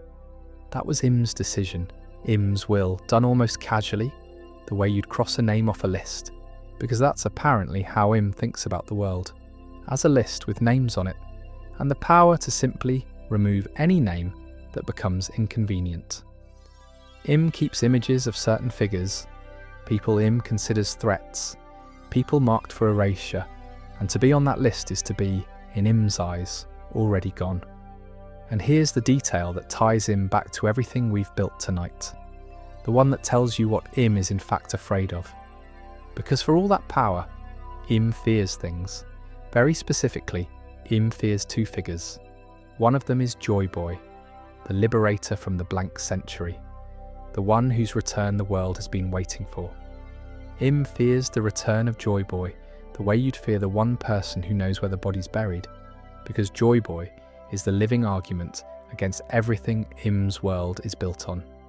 And the other is a figure so mythic that even in this world, he's half legend, a pirate out of the oldest stories. Two beings across all of history that the immortal ruler of the world properly dreads. That's a useful thing to know about someone, not what they can destroy, but what keeps them up at night. Im has erased kingdoms without blinking and been afraid for centuries of a man with a soft name who made people laugh. There's a moment where Im looks at the present-day inheritor of that sun god power, the young pirate who's already toppled one of the great emperors of the sea, a genuine world shaker, and says nothing. Weak compared to Joy Boy, which tells you the scale Im is measuring on. The most dangerous man of the current age is, to Im, a pale shadow of the thing Im is really frightened of. That's how big the original was. That's how long the fear has lasted. Below Im, doing the actual running of the world, are 5 figures called the 5 Elders. For most of the story, they seemed like old bureaucrats, 5 stern men in robes, the highest authority in the government, the ones who issue the orders and sign off on the assassinations and keep the secrets. Political creatures, dangerous in the way that people who control armies are dangerous, but still you assumed just men. Powerful administrators of a cruel empire. They are not just men. When the story finally let us see what they really are, it was one of the great, unpleasant surprises. The 5 Elders are ancient, as old, it seems, as the order they serve, undying in the same way Am might be. having sat in their positions for far longer than any human lifespan, and they can transform. Each one can become a monster out of folklore, a yokai, a nightmare given a body. One of them turns into a vast spider ox thing with venom in its limbs, a gaze that can end a life, and the ability to heal from nearly any wound. Another becomes an enormous sandworm, a horror that burrows and swallows. There's one whose power echoes death and bone, others to different terrors out of the old stories. These aren't politicians who happen to be strong. They're mythological beasts wearing the robes of statesmen, and they've been quietly steering the world from behind that disguise for centuries. Only now, as everything comes to a head, stepping out from behind the desks to show what they in truth are. They can even speak to each other mind to mind, summon one another across distances, coordinate like a single organism. 5 immortal monsters, pretending to be 5 old men, running the world for the one being they kneel to. The part that lingers with Im and the elders is how the whole grand machinery of this world narrows down to something so small and so secret. All those nobles, all those marines, all those laws and fleets and executions, and at the centre, in a room everyone lies about, a handful of undying things guarding one throne, terrified of a dead man's return. The most powerful force in the world is at its very heart a fear, a very old fear, kept alive by very old monsters, all pointed at the same soft-named ghost from a century they spent lifetimes trying to bury. And the ghost, it seems, is coming back. But that's a story that's still being written, so let's leave the top of the world and go back down to the sea, to the man who started the whole modern age with a smile and a lie about where the treasure was. Every so often a whole era turns on one person, and in this world, that person is Gol D. Roger. He's been hovering at the edge of half these sections, the man who reached the last island, the one who could hear the stones, the one who learned the true history. Let's finally sit with him properly, because he's the hinge the entire modern story swings on, and he's not quite the figure you'd expect.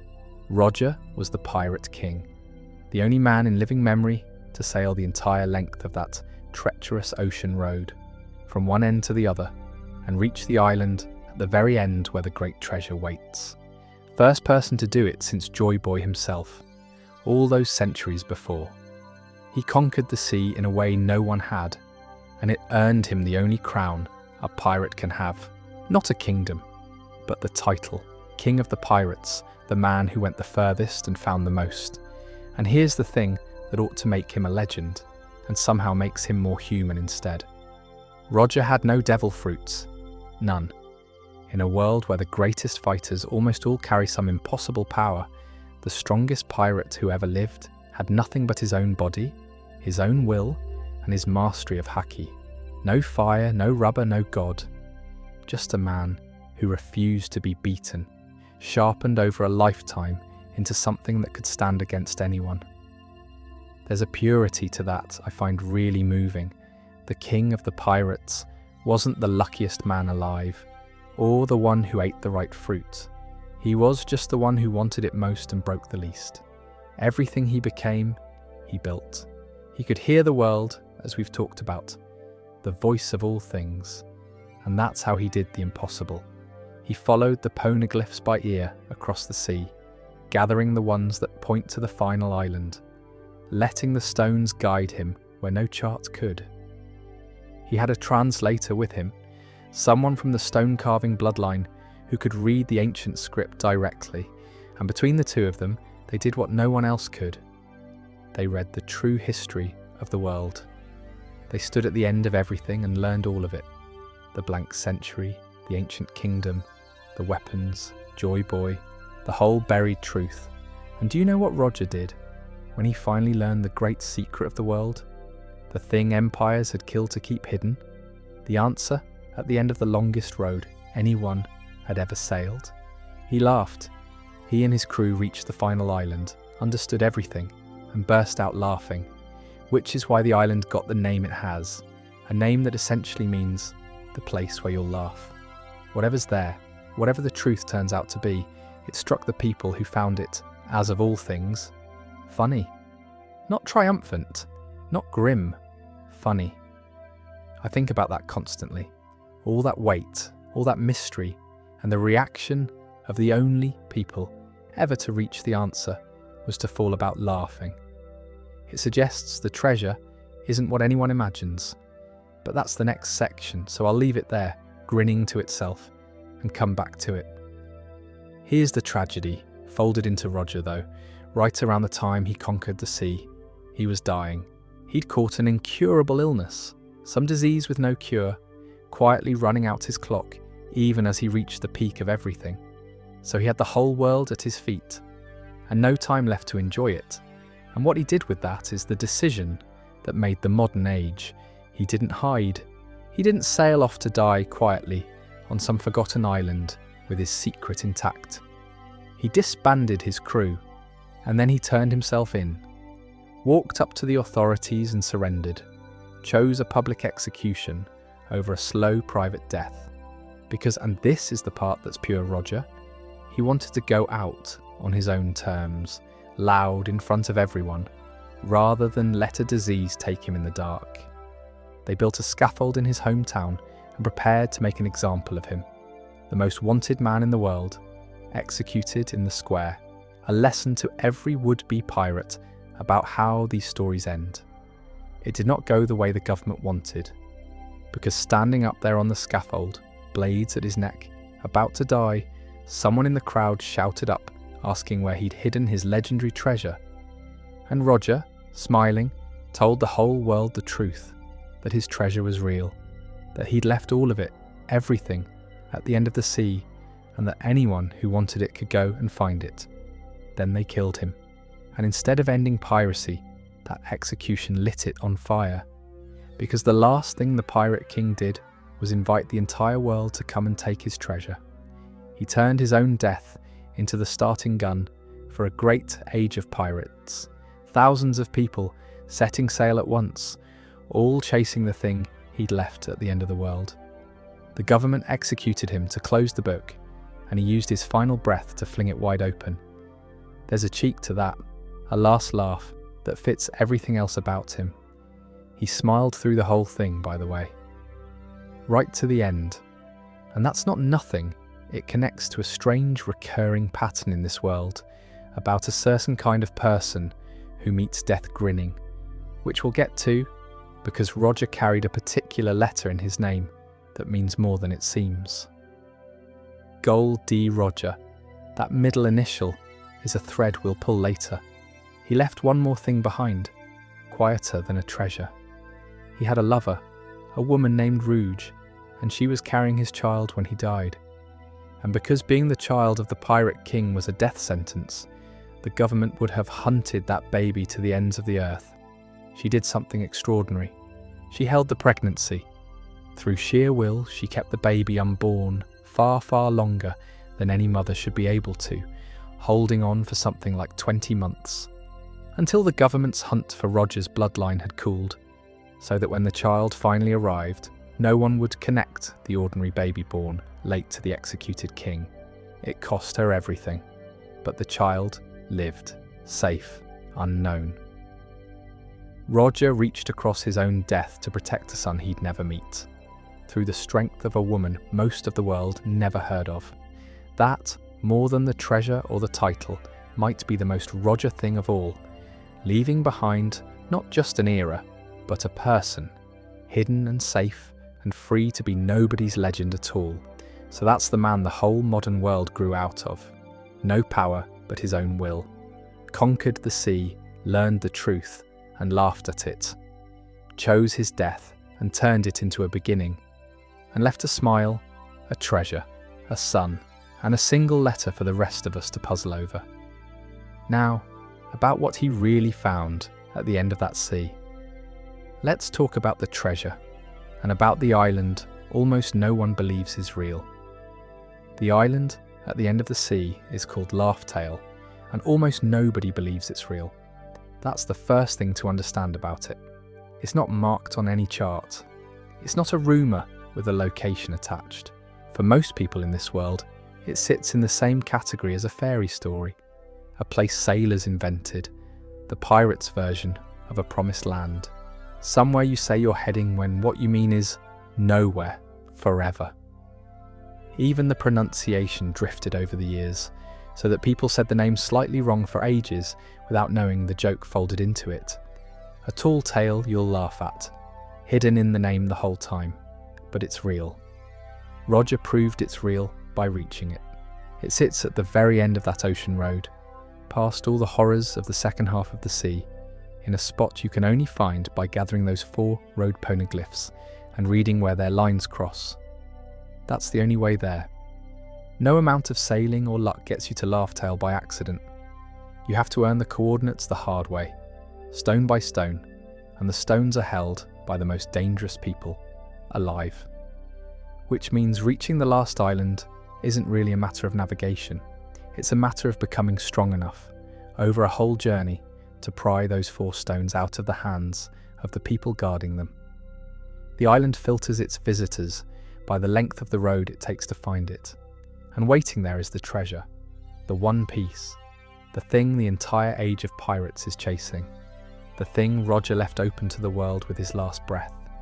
The reason thousands of people are risking everything on the sea right now. It's real, Roger confirmed that, and he wasn't a liar. It exists, it's at Laugh-Tale, and Joy Boy left it there at the end of the blank century, all those years ago, before his world came apart. So the treasure isn't Roger's really. Roger found it, Joy Boy left it. It's been sitting at the end of the world since the age that got erased, waiting through all those centuries for someone to come back and find it. Roger was the first to reach it since the man who left it. It had been alone at the end of the sea for an unimaginably long time.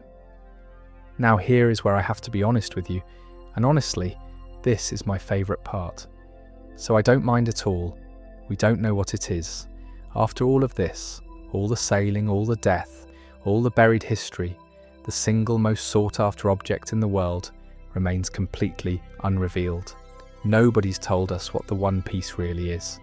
The story has guarded that secret more carefully than any other, and I think it's right too, because the not knowing is the point.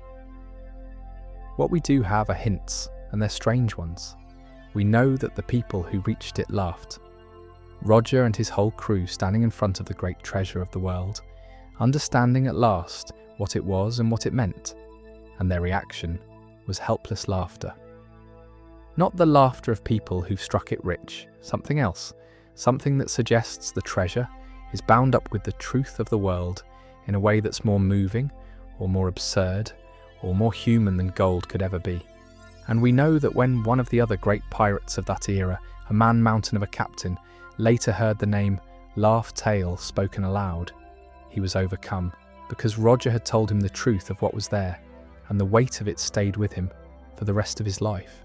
So whatever the One Piece is, it's the kind of thing that makes hardened, world-weary pirates laugh until they cry and then carry the memory like something sacred. That's not treasure in the ordinary sense. That's revelation, wearing treasure's clothes. I could tell you the theories, there are thousands of them, and some are lovely, that it's a literal treasure of unimaginable value, that it's the true history itself, the answer to the whole world, that it's something that will remake the map, raise the drowned continents, undo the sinking, that it's nothing you could hold at all, a truth, a joke, a place, a promise. I'm not going to pick one, and not just because I don't know. It's because the story has done something quite deliberate and quite wise by refusing to tell us. It's made the treasure into a mirror. Everyone who chases it is really chasing what they most want the world to be. And the honest answer that we'll find out when we get there, and not a moment before, is somehow more satisfying than any specific object could be. There's a deeper idea underneath all this, and it's the thing I'd want you to drift off holding. The treasure isn't really the point of the journey. It never was. Roger said as much, in his way. Before he died, he talked about inherited will and dreams and the flow of time, and how none of those things ever stop as long as people keep reaching for freedom. He wasn't talking about gold. He was talking about the chase itself. The people you become on the way to the last island. The friends, the fights, the whole ridiculous, impossible voyage. The one piece is the excuse. The journey is the thing. And the proof of that is right there, in Roger's own crew. They reached the end of the world, found the greatest treasure that exists, and then simply went home and got on with their lives, because they already had the thing that mattered, which was the having gone. The treasure was almost beside the point. What they'd built getting there was the real fortune. So Laughtail sits out there at the end of the sea, holding its secret, patient as the stones. The island almost no one believes in, with the treasure no one can describe, left by a man everyone's waiting for, found once by a king who laughed, and then let the whole world in on the chase. And it's still waiting for the right crew, the right captain, the right pair of ears that can hear the stones, and the right pair of hands to gather them. It's been waiting a very long time, and it's in no hurry, because the whole point of the place is that you only reach it when you're ready, and being ready takes the length of an entire life at sea. Sleep well knowing it's out there. Nobody's spoiled the ending yet. In a world this old, that's a small miracle worth treasuring on its own. When Roger flung the world's gates open from the top of that scaffold, the sea filled up with pirates. That's the age we're in fact living in for most of this story. The Great Pirate Era. The long rush of everyone who took Roger's last invitation seriously and set sail to find what he'd left. But an ocean full of pirates isn't chaos exactly. Over the decades it settled into a shape, a kind of uneasy three-way balance that's held the world roughly steady for a generation. It's worth understanding that balance because the whole story is really the sound of it starting to break. The people who kept order used to talk about three great powers propping up the world. Three forces, roughly matched, none quite able to dominate the others. And the tension between them is what kept anyone from tipping the whole thing over. Think of it like a stool with three legs, wobbly but standing, as long as all three legs hold. The first leg is the Marines. They're the government's fist, the military that patrols the seas, hunts the pirates, enforces the law, and burns the islands that need burning. At the top they've got their admirals, a small number of monstrously powerful individuals who function as the government's ultimate weapons, each one strong enough to level a battlefield on their own. The Marines are vast and disciplined, and from the government's point of view, the good guys. Though as we'll see when we talk about what justice in truth means to them, that's a word that hides a lot of sins. For now, just place them. The organised, sanctioned, uniformed power.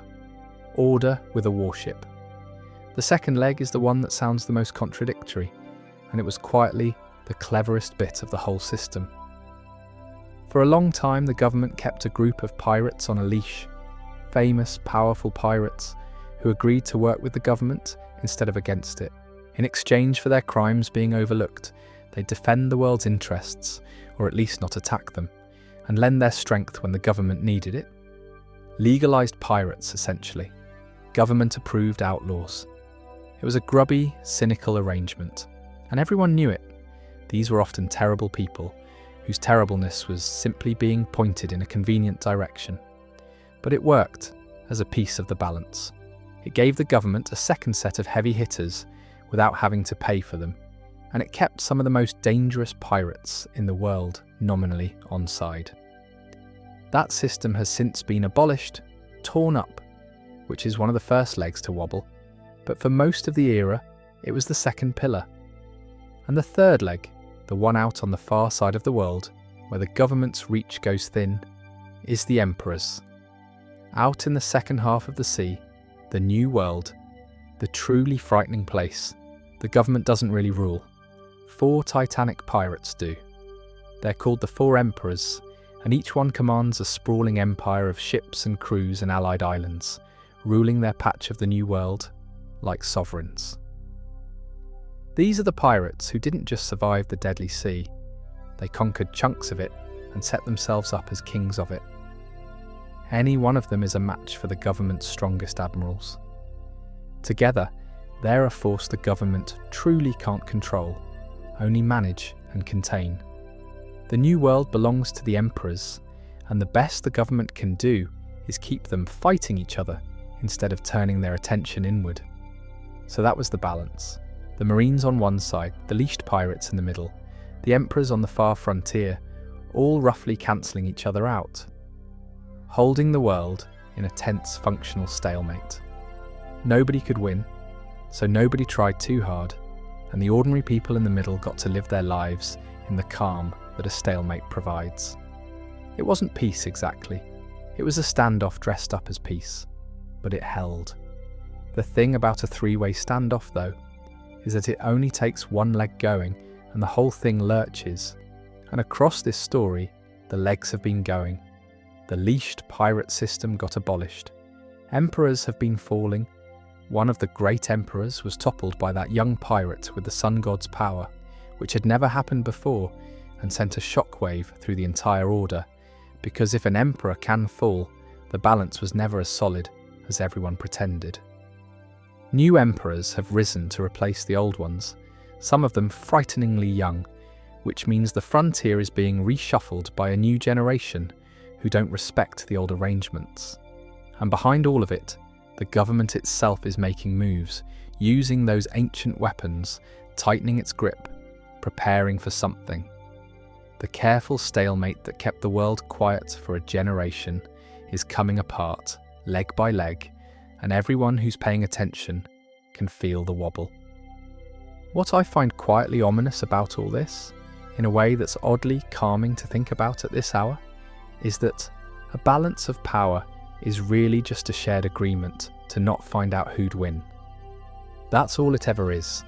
Three forces, none of them wanting to discover what happens if they truly go at it, all silently agreeing to keep the question theoretical.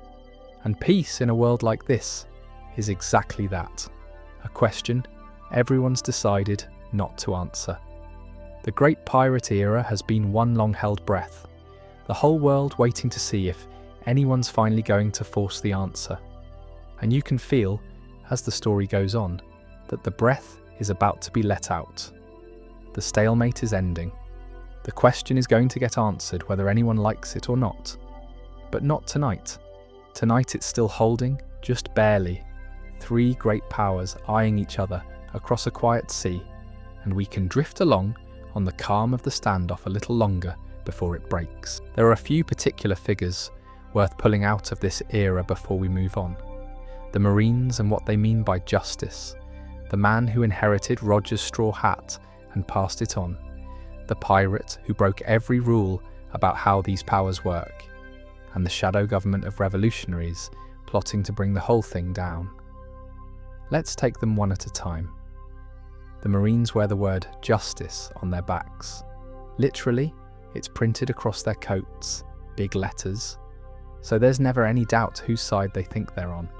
And one of the more thoughtful things this world does is refuse to let that word stay simple.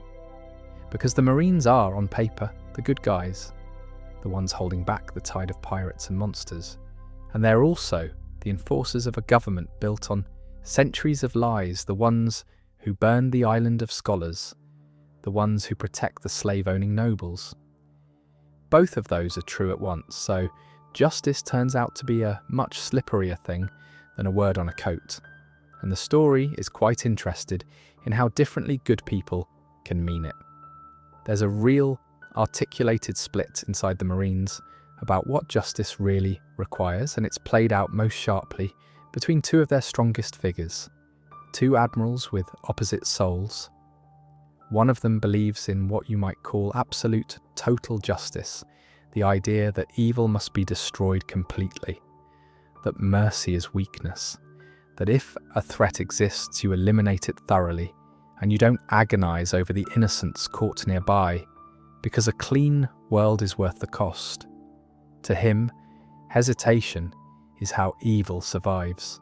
Burn it all and be sure. It's a monstrous philosophy when you look at what it justifies, but you can follow the logic. He really believes he's protecting the many by being ruthless with the few, and he's not lying about believing it. That's what makes him frightening rather than just villainous. He's sincere. The other admiral believes in something looser and more human. He'd call it a lazy justice, almost as a joke. But what he means is a justice with room in it, for mercy, for judgment, for letting the letter of the law bend when the law would do more harm than good. He'll look the other way. He'll let someone go if chasing them would cost more than it's worth. He carries the weight of every choice rather than hiding behind orders. And the tension between those two men, the absolutist and the merciful, is really the tension inside the whole institution. What do you do when the law you serve is unjust? Do you serve it anyway, cleanly and completely? Or do you serve it with one eye open, dragging your feet where your conscience tells you to? The story doesn't hand you an easy answer. It just shows you both men and lets you feel how each of them could believe he's the good one. Above them, for a long time, sat the old guard, the leaders who ran the Marines through the great years, men who fought Roger's generation and remembered when the legends were still alive. One of them, the old fleet commander, carried the specific exhaustion of a man who'd spent his whole life upholding a system and had slowly come to understand how rotten parts of it were, and stayed anyway, because he thought the alternative was worse. There's a particular kind of tiredness to characters like that, the ones who know too much and keep serving, and the story treats them with real sympathy, even as it shows you the cost of what they defend. And then there's the hero, because the Marines produced one genuine, undeniable legend, a man widely regarded as the greatest Marine who ever lived, strong enough to have stood against Roger himself as an equal, the one who could match the pirate king blow for blow. He should have risen to the very top. He was offered the highest ranks, again and again, and he turned them all down. Every promotion refused, because he didn't want to climb the ladder into the rooms where the real decisions got made. The rooms where you have to defend the nobles and sign off on the erasing of islands and serve the lie at the centre of it all. He wanted to be a Marine, to catch bad people and protect ordinary ones, and he wanted nothing to do with the machinery above that. So he stayed a hero and refused to become a ruler, which in that government is its own quiet act of resistance. He'd rather punch pirates than kneel in a throne room. There's something magnificent about a man, that powerful choosing, over and over, to remain small on purpose, because he could see exactly what getting big would require him to become. The dark face of Marine justice is that overwhelming strike I keep coming back to, the total erasure response they can call down on a place. It's justice as annihilation. When the government decides an island has become an unacceptable threat, they don't arrest it. They surround it with an overwhelming fleet and remove it, everyone and everything on it, guilty and innocent alike. And they call that keeping the world safe. That's the same word, justice, that the merciful admiral uses when he lets a good person slip away. Same word, opposite ends of the human spectrum. And the fact that both fit under it tells you the word is basically empty until a person fills it with what they really believe. What stays with me about the Marines is that most of them are not bad people. That's the uncomfortable heart of it. The rank and file joined up to do good, to protect their towns, to stop the really evil pirates, to be the thing that stands between ordinary families and the horrors of the sea. And a lot of them are exactly that, brave, decent people doing a hard job. It's just that the top of the structure they serve is defending something they've never been told the truth about, and so their goodness gets pointed, without their knowledge, at keeping a lie standing. They burn the wrong islands, believing they're the right ones. They hunt the woman who can read the stones, believing she's a threat rather than the last keeper of a murdered truth. Their justice is real, in their hearts. It's just been aimed by people who know things they don't. And that, I think, is the most honest thing the story says about power and goodness. That you can be sincere and still be serving something rotten. That the word on your coat is only as good as what you're willing to find out about the people who gave you the coat. Most of the Marines will never find out. a few do, and it breaks something in them, and they have to decide what to do next. That's a heavy thing to drift off on. So let me lighten it with the man who wore a very different hat, and who chose, unlike the hero admiral, to hand his down to a child. There's a hat in this story that matters more than most of the weapons. A plain straw hat, a bit battered, nothing special to look at, and it's been passed down a line of people across the whole span of the modern age, and where it goes, the story goes. It's the closest thing this world has to a torch being handed from runner to runner, and I want to follow it, because following the hat is a lovely way to feel how this world thinks about inheritance. The man in the middle of the hat's journey is called Shanks, and Shanks is one of those characters who seems minor when you first meet him, and turns out to have been standing near the centre of everything the whole time. He was on Roger's crew, a young man, barely more than a kid, when Roger conquered the sea. He was there. He grew up in the shadow of the Pirate King, learned the sea from the greatest pirate who ever lived, and carried whatever he learned forward into the next age. And in the years since, he's risen to become one of the 4 emperors himself, one of the 4 titans ruling the frontier. So there's a direct line, a living thread, running from Roger's era into the present, and Shanks is it. The bridge between the age that ended and the age that's still going. Here's what he did with that inheritance, and it's the reason he matters. Years ago, Shanks spent a lazy season anchored in a tiny village in the quietest corner of the world, and there was a small boy there, loud and reckless and desperate to be a pirate, who idolized him.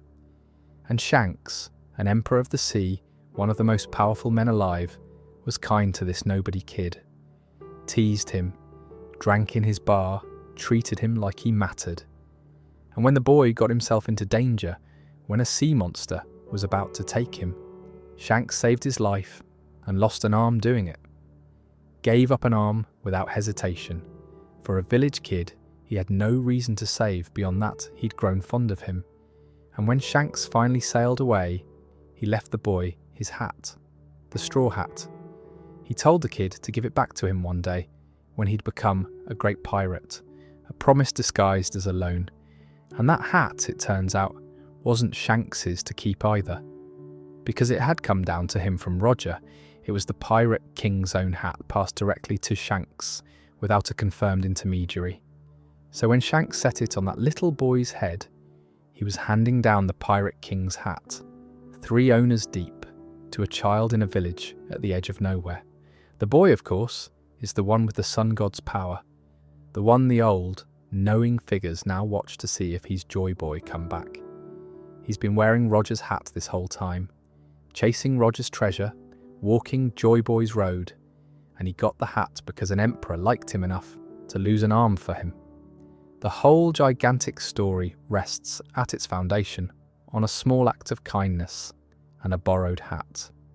That's inherited will, and it's maybe the single most important idea in the entire world, more important than the fruits, the weapons, the thrones. Roger talked about it right before he died, that his death wouldn't end anything, because will gets passed on. Dreams don't die with the dreamer. Somebody picks up what you are carrying and keeps walking. The story believes this completely, structurally, all the way down. It's why the fruits reincarnate. It's why the sun god returns. It's why a murdered island's truth survives in one child who can read stone. And it's why a hat matters. Because the hat is that idea you can hold in your hands, a physical thing that carries the will of everyone who wore it before, handed forward generation to generation, each person adding their own leg of the journey before passing it on. Roger's generation is nearly gone now. The legends are dying off or already dead. But their will didn't stop. It scattered into a whole new generation of pirates who set out around the same time. A crop of frighteningly talented young captains, all rising at once, all chasing the same end of the same sea. People started calling them the worst generation, half in fear and half in something like awe, because there hadn't been a crowd of newcomers this dangerous in a very long time. They're the runners who picked up the torch after Roger's people set it down. Some of them are heroes, some of them are monsters, most of them are somewhere complicated in between. And between them, they're the ones who are in fact going to force the answer to all the questions the old balance kept theoretical. The old age handed the world to them, whether it meant to or not. That hat undoes me a little as an object when I stop and think about it, which is a strange thing to say about a piece of headwear. But consider what's inside it. Roger wore it and conquered the sea and laughed at the end of the world. His right-hand man kept it. Shanks wore it as a boy learning from a king, then gave it and an arm to a child who reminded him of everything worth protecting. And now a young man wears it toward the same last island, not fully knowing all the hands it passed through to reach his head. Every one of them poured their hopes into it and handed it on. It's 1,000 people's dreams sitting on one kid's head, and he wears it like it's just his hat. Because to him it is. That's how inheritance works, I suppose. You carry the whole weight of everyone who came before you, and most days, it just feels like your own life. Sleep on that one. Somewhere out there, a borrowed hat is still travelling toward the end of the world, heavy with everyone who ever wore it, light as anything on the head of a boy who only knows it as home. Every system has that one person who breaks it, and in this world it's a pirate called Blackbeard. Marshall D. Teach, to give him his full name, and there's that letter again, the D, sitting in the middle of it, which we'll get to soon. Blackbeard is fascinating to me because he's the great exception, the anomaly, the man who does the thing the rules say cannot be done, and the story has still not fully explained how. Here's the rule he broke. Remember that eating a devil fruit costs you the sea, gives you one power, and that's your lot. There's a further harsher rule underneath that one. You can only ever eat a single fruit. Try to eat a second, try to hold 2 powers in one body, and you die. Your body can't contain 2, and it tears itself apart.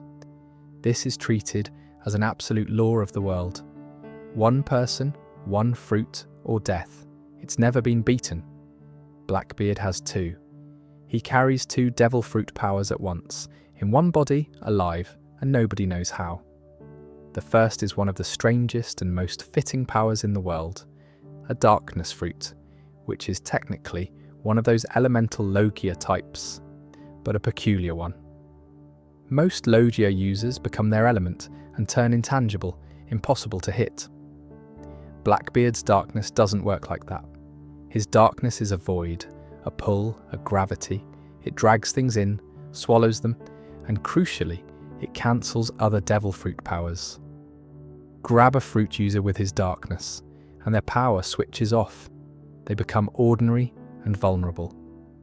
So he took the one Logia that gives up the usual intangibility in exchange for the ability to nullify everyone else. He can't dodge like the others, but he can switch you off. There's a horrible logic to a man whose power is a hungry hole in the world that turns other people's gifts to nothing. And then, through some means the story is still guarding, he took a second fruit, one of the most powerful in existence, a fruit of pure tremors, the power to shatter the world itself, to crack the air and the sea like glass. He took it off, a dying man, one of the great old emperors, in a scene that's truly shocking because it simply should not have worked. He should have died the instant that second power entered him. He didn't. He stood up with both, 2 of the deadliest powers in the world, in one man, breaking the fundamental law that governs all of it. How? That's the mystery, and I'll be honest that the answers are still speculation. There's something unusual about Blackbeard's body. It's been hinted at for the entire story, little strange comments about his physiology, the sense that he's built differently from other people. One theory, and I'll flag it clearly as a theory because the story hasn't confirmed it, is that he's not quite one person in there, that there's something about his nature, his very body or soul, that gives him more room than a normal human, enough to house what would kill anyone else. But nobody knows. It's one of the great open questions. The man who broke the unbreakable rule, and we still can't say how he did it. What we can say is what kind of person does something like that, and it's instructive. Because Blackbeard is, above all things, patient, monstrously, inhumanly patient. He spent decades, quietly serving on another crew, biding his time, waiting for the exact darkness fruit. He wanted to surface somewhere in the world, because he'd worked out long before that this was the fruit he needed, and he was willing to wait most of a lifetime for it to appear. He wasn't rushing toward power, he was lying in wait for it, for years and years, like something patient at the bottom of a pool, and when his moment came, he took it with a ruthlessness that had been sharpening the whole time. From that patient nobody, he rose in an astonishingly short span to become one of the 4 emperors, went from a face in someone else's crew to a king of the sea, essentially overnight, once he finally moved. All that waiting released at once. He's a curious mirror to the young man, with the sun god's power, in truth. And I don't think that's an accident. They both carry the D, they both rose fast to shake the world.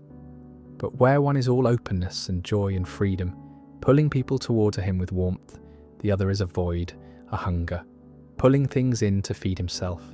One frees, the other consumes. Same letter in the name, opposite directions entirely. It's as though the story took its central idea, the will that changes the world, and split it into a light version and a dark version, and set them both loose to see which one gets to the end of the sea first. Because Blackbeard is chasing the same lost island, the same treasure, the same throne. He wants it all, and he's got a plan, and he's collecting power with a focus that's quite chilling. What keeps Blackbeard interesting rather than just villainous is that he's having the time of his life. He laughs, he schemes, he quotes his own philosophy about how a man's dreams never die, the same speech, almost word for word, that Roger and that scientist both echo about hopes outliving their dreamers. He believes in the dream. He's just decided the dream is his and everyone else is in the way. There's an appetite to him that's almost admirable in its size if you can hold your nose about what it costs the people he steps over.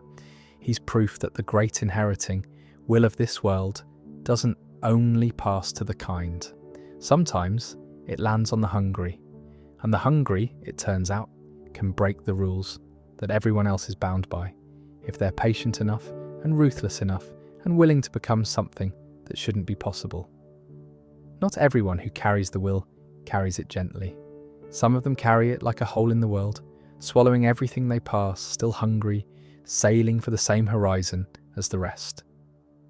Not everyone who opposes the government wants treasure. The pirates are chasing the end of the sea, each for their own reasons, and most of them would happily leave the government alone if the government left them alone. But there's another force in the world, quieter, more organised, and far more directly dangerous to the people at the top, a movement whose entire purpose is to tear the government down. They're called the Revolutionary Army, and where the pirates are a storm the government has to weather, the revolutionaries are a knife pointed at its heart. They don't sail for gold, they sail for people. The Revolutionary Army turns up in the places where the government's cruelty is worst. The kingdoms crushed under corrupt kings the government props up. The islands where the suffering has gone too far, and they free them. They liberate slaves. They overthrow the tyrants the government protects. They spread the one thing the government most wants to suppress, which is the idea that the whole order could be resisted, that the people at the bottom don't have to simply accept the world as it is. In a system that runs on everyone believing resistance is hopeless, the revolutionaries are living proof that it isn't, and that makes them in the government's eyes the single most dangerous thing in the world, more dangerous than any emperor, because an emperor wants his own kingdom. The revolutionaries want to end tyrannical rule and the domination of the world nobles, not kingdoms altogether. At the head of it is a man named Monkey D. Dragon, and he holds a specific title, the most wanted man in the entire world. Not the most wanted pirate, the most wanted man, full stop. The government fears him above everyone, And he's mostly a shadow. We've seen very little of him and understood even less. There's a power he seems to have, something to do with wind and weather, storms answering to him in ways that have never been explained. But the story keeps him deliberately obscure, a hooded figure at the edge of things, pulling the world toward revolution from the darkness. He is patient and vast and unknowable, and the government would give almost anything to have his head, and they can't get near him.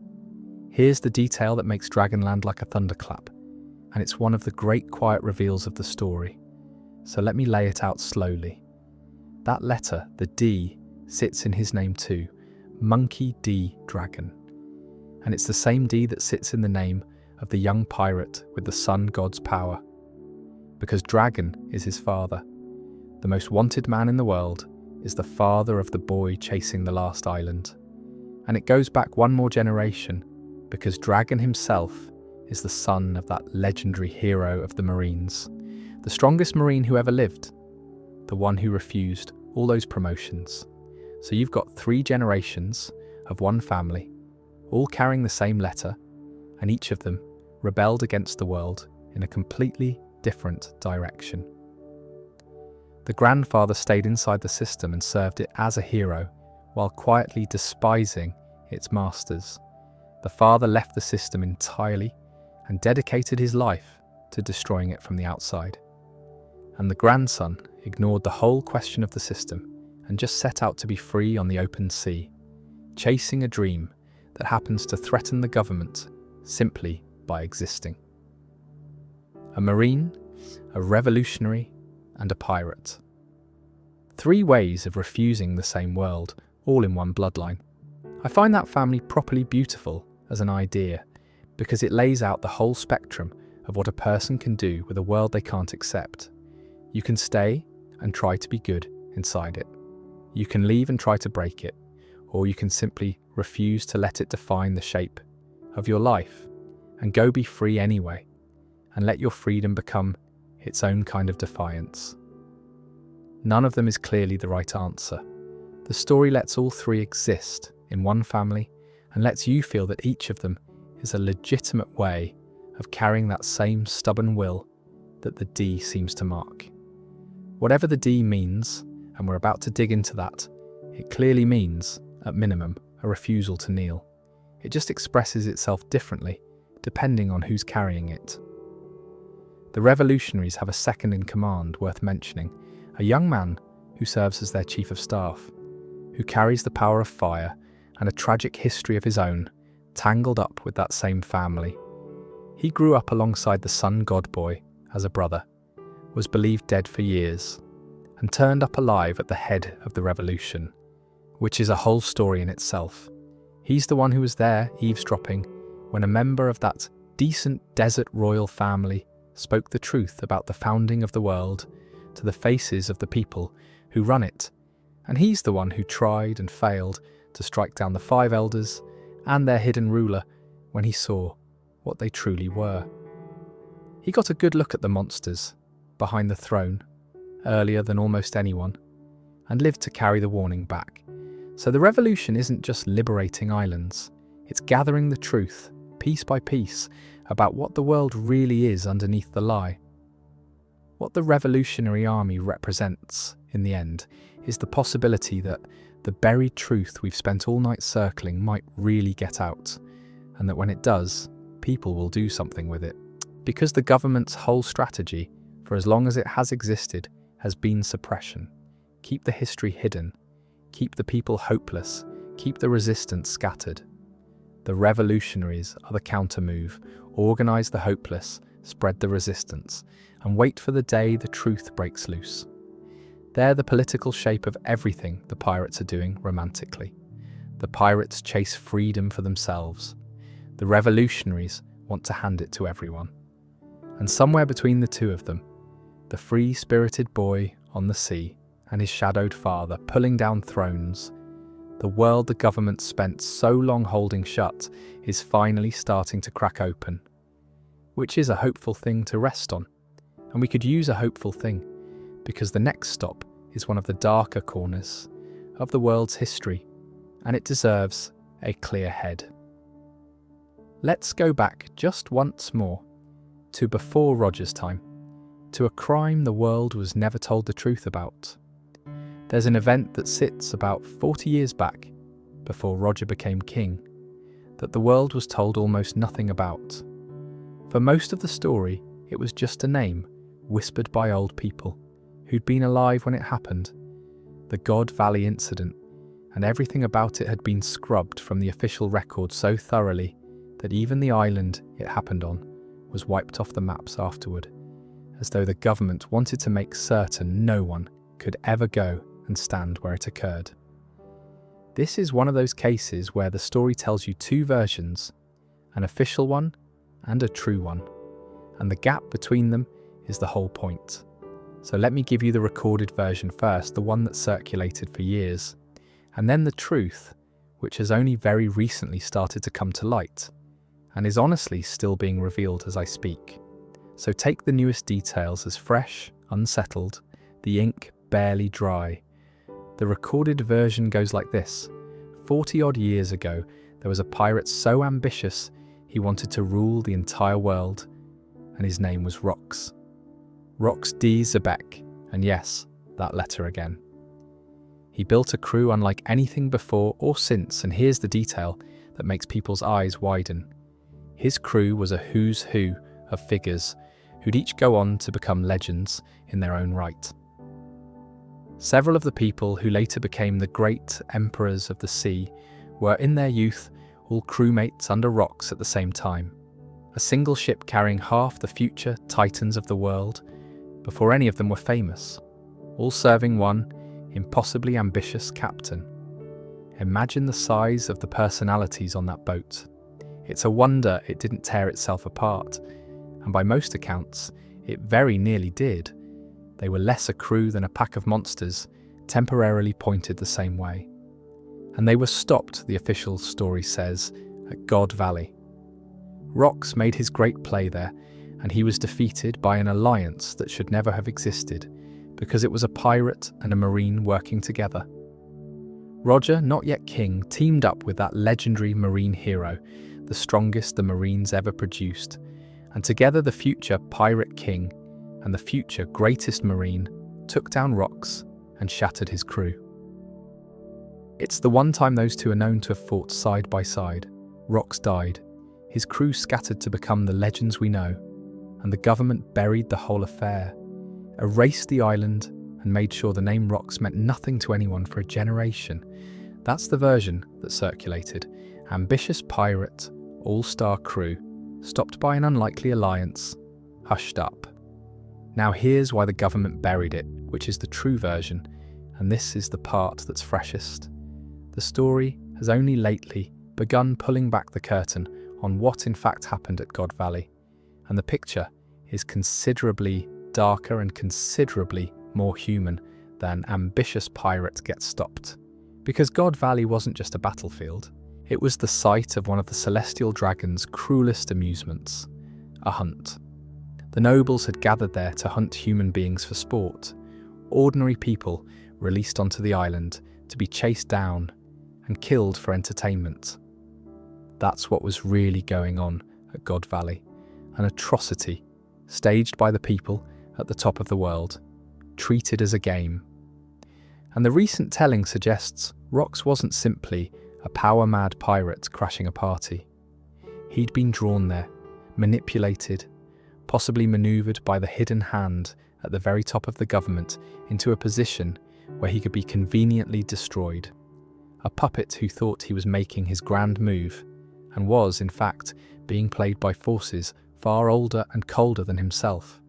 There are hints he was held there against the deepest part of his will, that hostages were used against him, that people he loved were in the enemy's hands.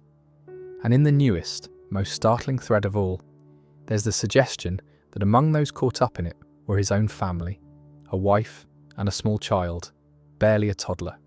And this is the detail that made the whole fandom sit up, so I'll flag it hard as recent and still settling. That toddler, the child tangled up in the horror of God Valley, may be the man who grew up to break every rule of devil fruits. the one with two powers, Blackbeard.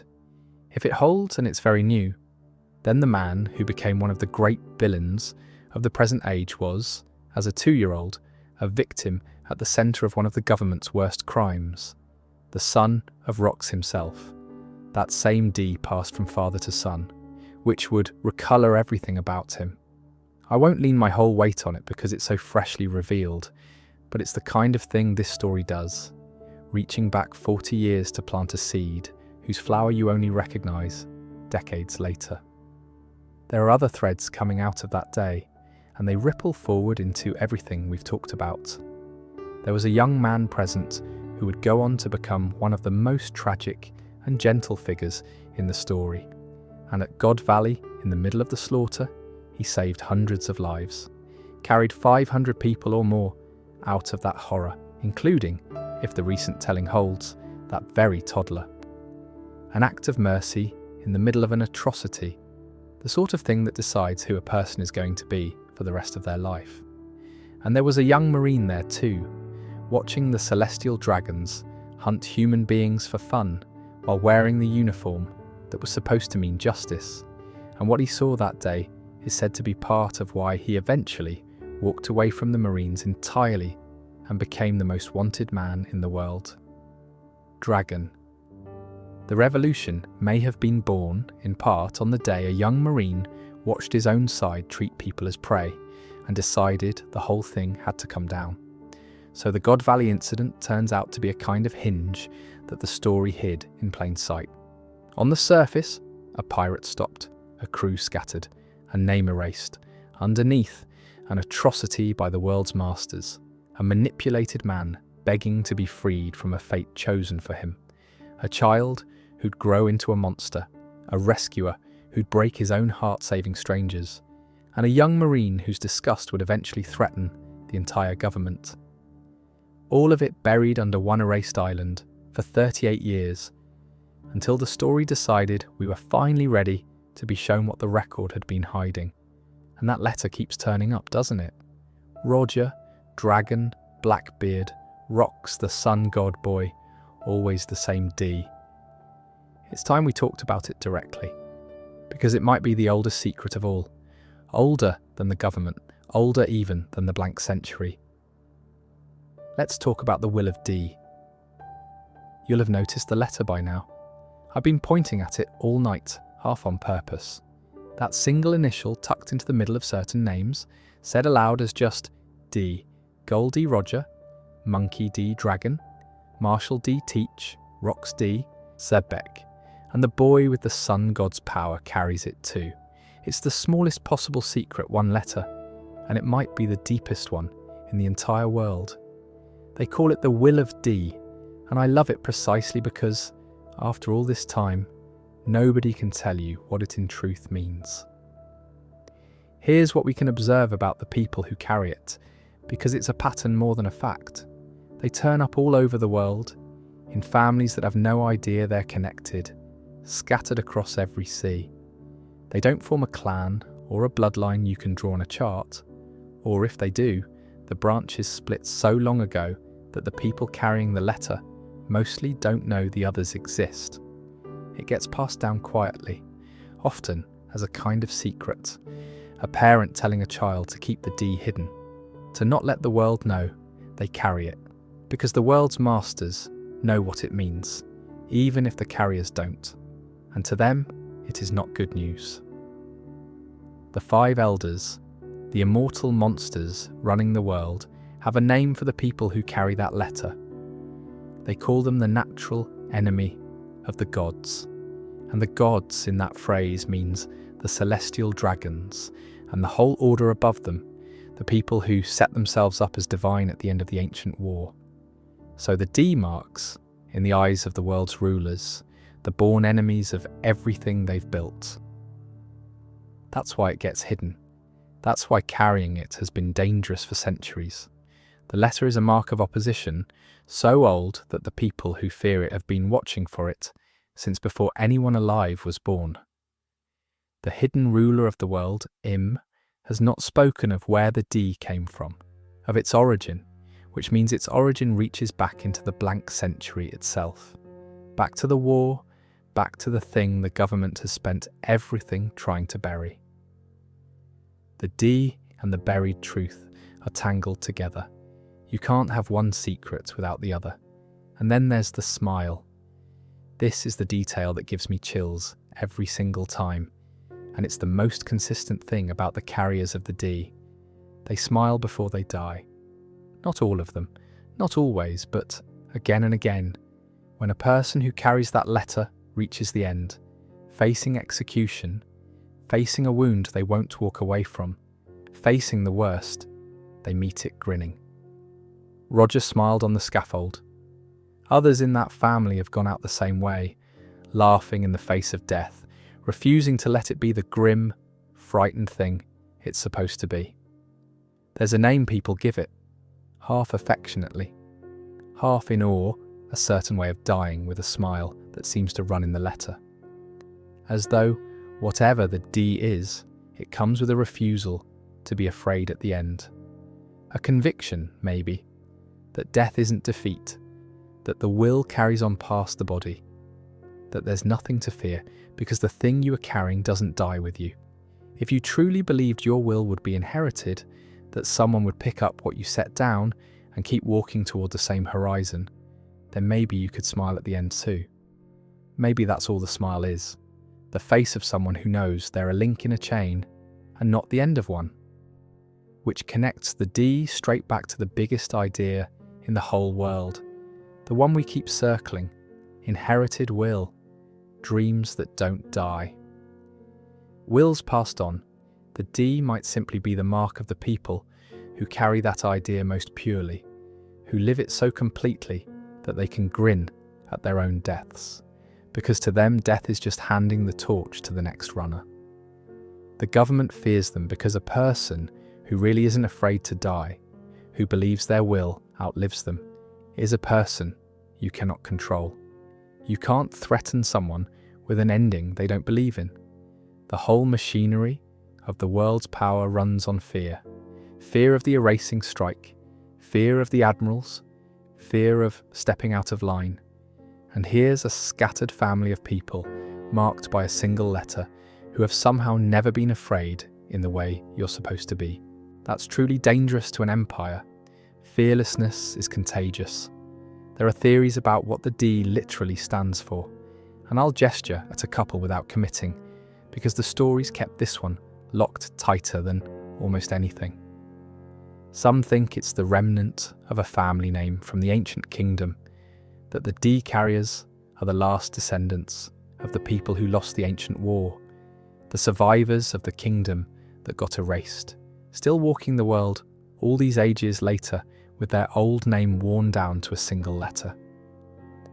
Some tie it to Joy Boy directly, to the will he carried, the same liberating fire passing down through the generations, wearing different faces. Some read it more mystically, as a kind of destiny or role rather than a bloodline. I quite don't know, and I've made my peace with not knowing, because this is one of those mysteries that's more powerful as a shape than it would be as an answer.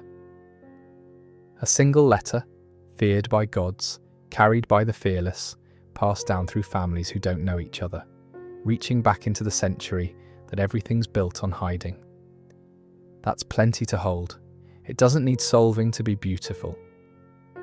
What I take from the D, drifting here at the quiet part of the night, is the smile, because that's the part that's really about how to live, rather than what happened in some old war.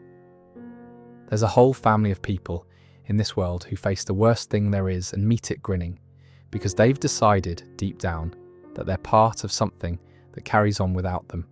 And whether or not the D ever gets explained, that's a real thing to carry into sleep. The idea that the things worth caring about don't end when we do, that we're all handing something forward whether we notice or not. And that maybe, if you get that all the way down into your bones, even the last moment loses its teeth. The people of the D work that out. It's written in one letter and a smile, and the gods of that world have been afraid of it for longer than anyone's been counting. Not a bad thing to be afraid of, honestly. Not a bad thing to believe. Let's go down to the bottom of the sea for a while, because there's a whole world down there we've only glanced at, and it holds one of the gentlest and saddest stories in all of this. 10,000 meters beneath the surface, tucked underneath that ring of red stone, past a depth where sunlight gave up long ago, there's a country. It sits in the dark, lit by its own soft glow, sheltered inside an enormous bubble, and it's home to a people who've spent their whole history looking up. Two kinds of people live there, closely related: the fishmen, strong and built for the deep, and the female merfolk, with their long tails, who spend their childhoods with a single tail that splits into legs when they turn 30. Together, they've built a beautiful, luminous civilization at the bottom of the world, and their history with the surface, with humans, is a long wound. Because for centuries, humans feared them for being different and stronger, and that fear curdled into cruelty. Fishmen were hunted, enslaved, treated as less than people, and the worst of it came from the very top, from those untouchable nobles who counted fishmen among the things they were entitled to own. So the people of the deep grew up knowing that the surface, that bright place above them, was where the people lived who decided they weren't people at all. You can imagine what that does to a heart across generations. Hatred, understandably. A whole nation with very good reasons to hate. And into that, some of them dared to dream of the opposite. There was a queen, Otohime, a mermaid queen of enormous gentleness, who looked at the centuries of hatred and decided that the only way out was forgiveness and coexistence, and one day bringing her people up to live on the surface alongside the humans who'd wronged them. Not revenge, reconciliation. She spent her life gathering signatures, one at a time, from her own frightened and resentful people, building a petition to be taken to that great gathering of the world's kings, asking simply to be allowed to live in the sun. It was slow, unglamorous, heartbreaking work, persuading people who'd suffered to choose hope over the hatred they'd more than earned. And she was murdered for it. Cut down before she could finish, her dream left in the hands of her children. There's a particular cruelty in that. A peacemaker killed for making peace, and the story doesn't soften it, but it doesn't let the dream die with her either. Her children carry it forward, more slowly, more painfully, but forward. Against her stands one of the most tragic figures in the whole world, and I don't say tragic lightly. A fishman named Fisher Tiger, who'd been a slave of the nobles himself, who'd known that horror from the inside, and he escaped. And he did something extraordinary. He stormed the Holy Land itself, the fortress of the nobles, and freed the slaves. Not just fishmen, everyone. He tore the chains off people of every race, because he couldn't bear to leave anyone in the thing he'd escaped from. He became a hero for it, a liberator, and here's the tragedy. For all his heroism, he couldn't forgive. The hatred was too deep, too earned, too woven into him. He'd freed slaves of every kind, but he could never quite bring himself to see humans as equals, because of what humans had done to him. And in the end, that unhealed wound is part of what killed him. When he was dying, he refused a transfusion of human blood, choosing death over letting a human's blood into his veins. And his people had to watch a great hero die of a hatred he couldn't put down, even at the end. That's the whole tragedy of the place in one image. A man good enough to free everyone, and still too hurt to be free himself. Between the Queen's forgiveness and the hero's hatred sits the real question of Fishman Island, which is really a question about the whole world. What do you do with a wound that was properly, undeniably inflicted on you? Nobody in the story pretends the fishmen weren't wronged. They were, terribly, for centuries. So the hatred isn't a misunderstanding to be cleared up. It's a correct response to real cruelty. And the story still gently insists that carrying it forward forever only builds a world that keeps hurting. There's a fishman, a huge, wise, warm-hearted one, named Jinbei, who becomes the living answer to that question. Someone who knows exactly what was done to his people, who doesn't excuse it for a second, and who still chooses, with his eyes open, not to pass the hatred to the next generation. To break the cycle at his own expense, that's a much harder and braver thing than either forgiving easily or hating forever. It's forgiving while fully remembering. Choosing the Queen's Road, knowing everything the hero knew. And it's no accident, I think, that this is the place where Joy Boy left his apology. Remember, right back at the start, that written apology carved in stone, addressed across the centuries to the people of Fishman Island, about a promise he couldn't keep. This is where it lives. Down here in the dark, the people who've waited longest and suffered most are the ones holding the oldest promise in the world. The assurance that one day someone would come who could finally make things right. They've been waiting on that promise for the length of the whole buried history, holding on to forgiveness against every reason not to, keeping a light on at the bottom of the sea for a friend who said he was sorry and swore someone would return, and the current holder of that world-shaking voice that commands the sea monsters, the gentle giant princess we talked about. She's here too, born into this waiting kingdom. The place that suffered most is also the place holding the oldest hope and one of the greatest powers. That's not a coincidence the story makes by accident.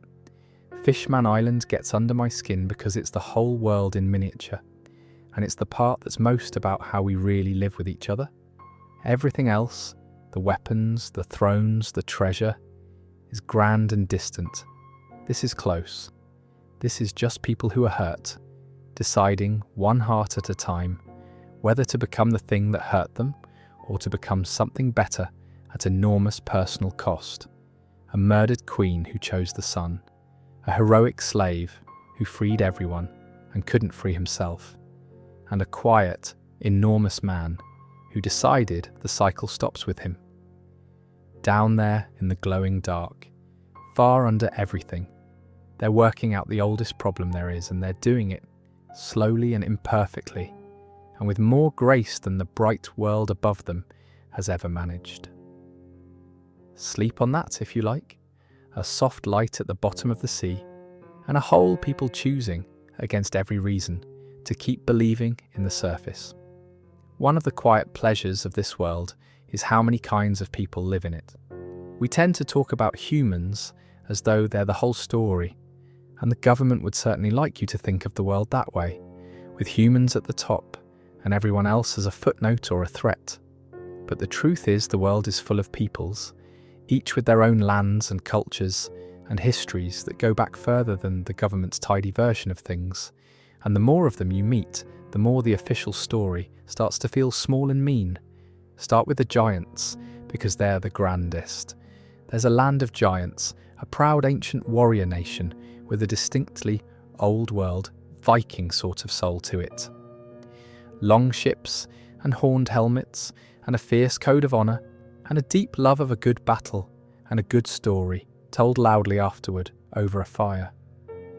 They worship a sun god, which ties them straight back into the oldest myths we've talked about, and their whole culture is soaked in the idea of a warrior's pride, that how you fight and whether you keep your word matters more than whether you win. Giants live for centuries and grow to enormous size, and they've been tangled up in the world's history since the beginning. In fact, remember that ring of red stone wrapping the whole world, the one the giants call the blood-stained snake. That name is theirs, and it's the giants who carry the old memory of it as something serpentine and world-encircling, the great snake from their myths made of stone. Their homeland is where a lot of the story's most recent chapters have been unfolding, and it's a place absolutely thick with old legend, the kind of country where the myths might just be history that hasn't been dug up yet. Then there are the minks who live on the back of that walking elephant we spent time with. The minks are a people of animal folk. Every one of them is a kind of humanoid animal, a rabbit, a dog, a lion, a whole nation of them, warm and proud and fierce and enormously polite in a formal, courtly way. They fight using their own electricity, a natural power they carry in their fur, which is a lovely detail, a people who are, in a sense, gently charged all the time, and they have a secret transformation tied to the moon.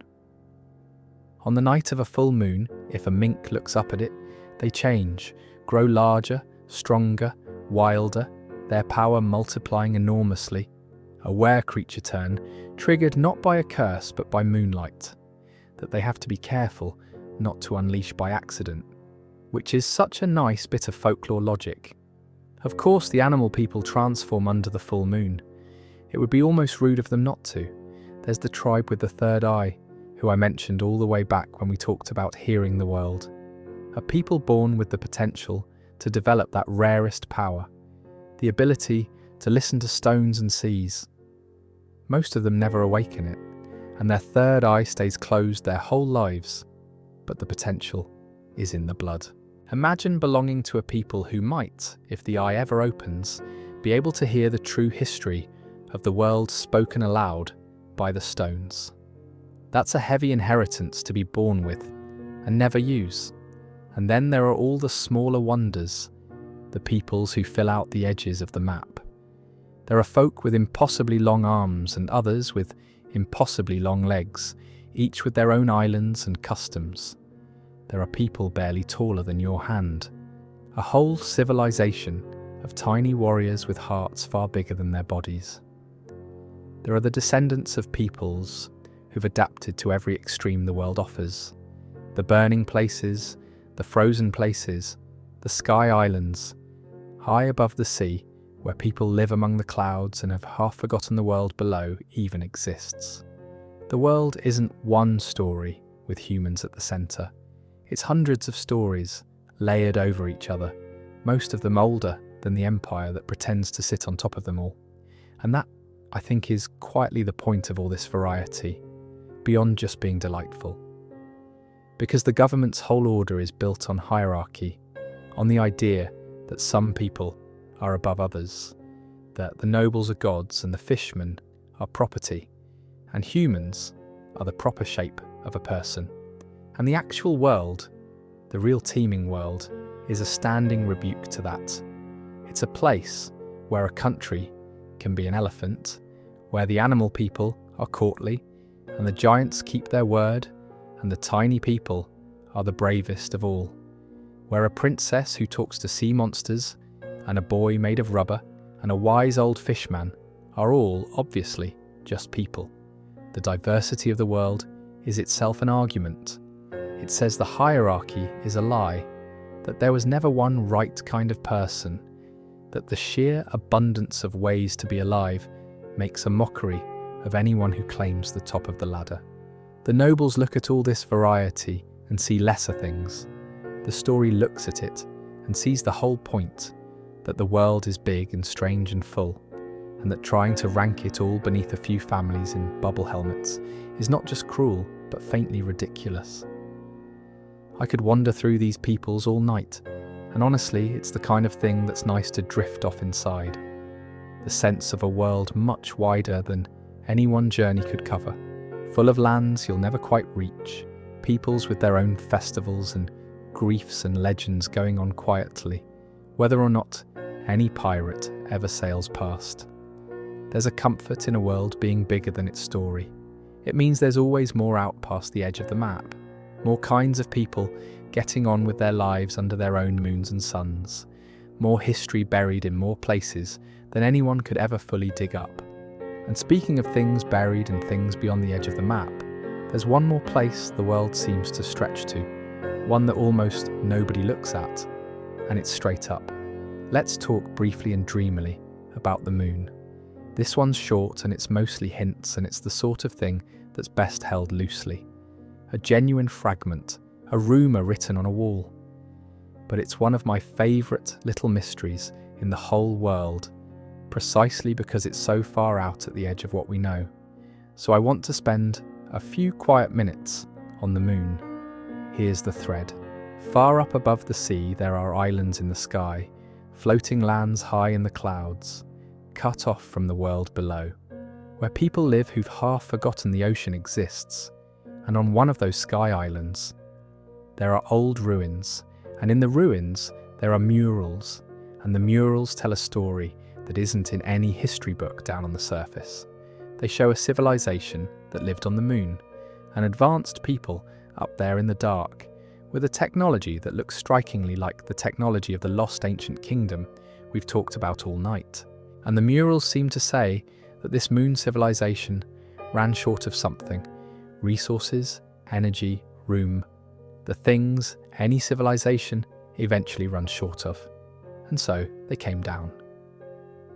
They left the moon and descended to the world below, to the earth and the sea, looking for a new place to live. That's it. That's most of what we have. A few pictures on a wall on a floating island, suggesting that the ancestors of at least some of the world's people didn't originate on the world at all, that they came from up there, from the moon, in some unimaginably distant past and settled here. And the memory of it faded into a mural almost nobody ever sees. There are hints that the winged people up on the sky islands, and possibly the very machines the ancient kingdom built, trace back to that lunar origin. The ancient robot I mentioned, the one that only someone with the voice of all things can speak to. There are threads suggesting its design resembles technology from up there, from the people who came down from the moon. There's a little more in those murals, if you look closely, and it deepens the mystery rather than solving it. The pictures don't just show a people leaving the moon, they show them meeting others. There's a depiction of the moon dwellers alongside what look like different tribes, winged folk among them, as though the descent from the moon was also a kind of first contact, the moment the people from above met the peoples already here, or the moment they scattered into the different branches that became the races of the world. And tucked through those same lunar ruins, there are machines, automata, mechanical figures that seem to have been built by that civilization and simply left behind, still faithfully running or quietly sleeping, when their makers packed up and came down. The same fingerprints, in other words, that turn up on the ancient technology of the lost kingdom below. It's as though someone took the toolkit of the moon and carried it to the surface, and everything advanced and strange in this world's deep history traces back to that one set of hands. Which raises a question the story is in no hurry to answer, and I find the patience of it almost soothing. If the moon people came down and became in some sense us, or became the ancient kingdom at least, the people who lost the Great War and left their apology in stone, then the whole tragedy of the buried century is really the second time this civilization lost its home. Once when they exhausted the moon and had to abandon it, and again when the alliance of kingdoms erased the world they'd rebuilt down here. A people who went looking for somewhere to live twice and had it taken from them twice, and left behind both times only ruins and murals and machines still waiting for them to come back. If that's the shape of it, then the return everyone keeps circling, the promise, the drums, the one who's meant to come, is bigger than a rebellion. It's a homecoming that's been deferred not for 100 years, but for however long it's been since the lights went out up there in the dark. I want to be really clear that this is fragmentary. The story has shown us the murals and then, in its patient way, left them mostly alone. A seed planted and not yet grown. Nobody stood up and explained it. It sits there at the edge of everything. This suggestion that the true history of the world doesn't just reach back 100 buried years, it might reach all the way up, off the planet entirely, to a people who exhausted one home and came looking for another and became, over unfathomable time, the ancestors of the world we've been wandering through. The blank century might not even be the beginning. The beginning might be the moon. And what I love about that is what it does to the scale of everything else.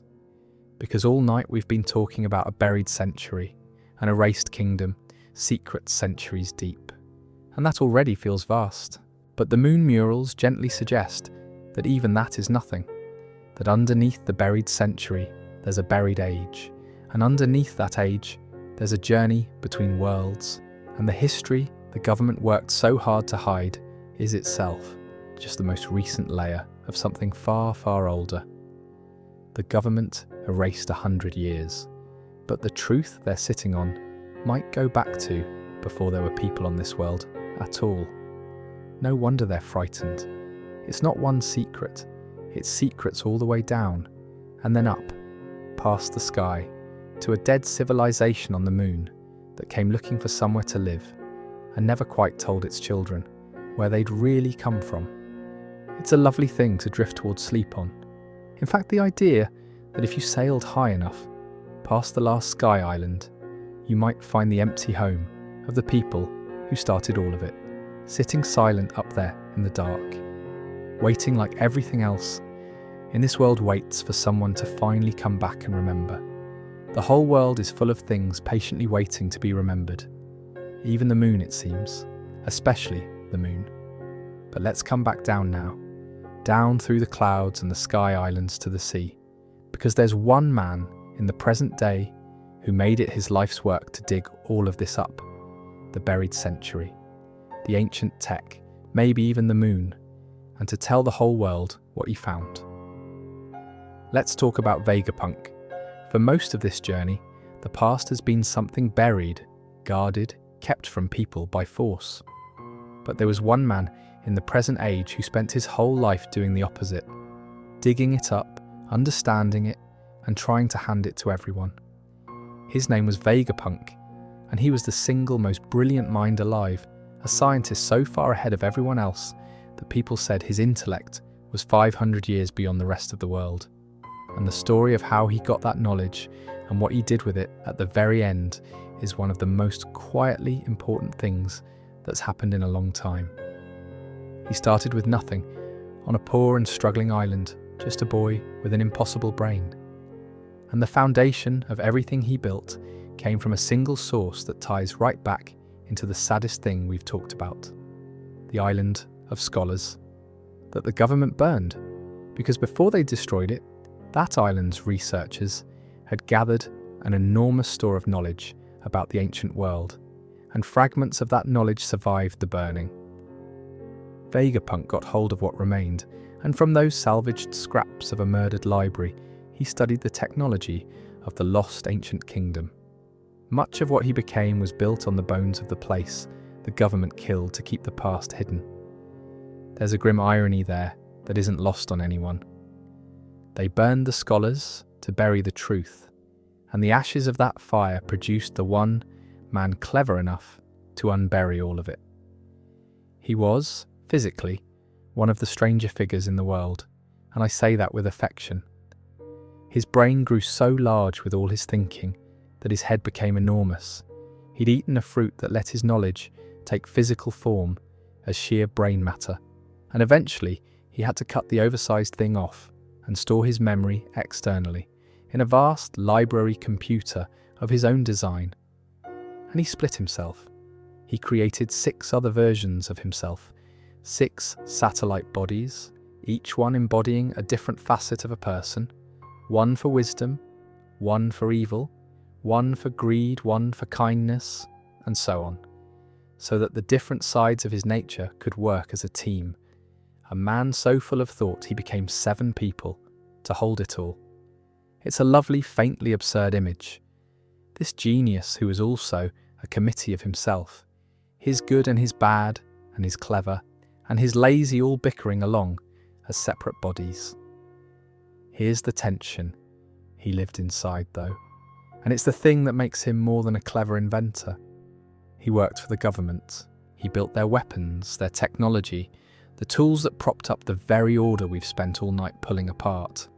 He was, on paper, their scientist. But underneath that, he was never really on their side.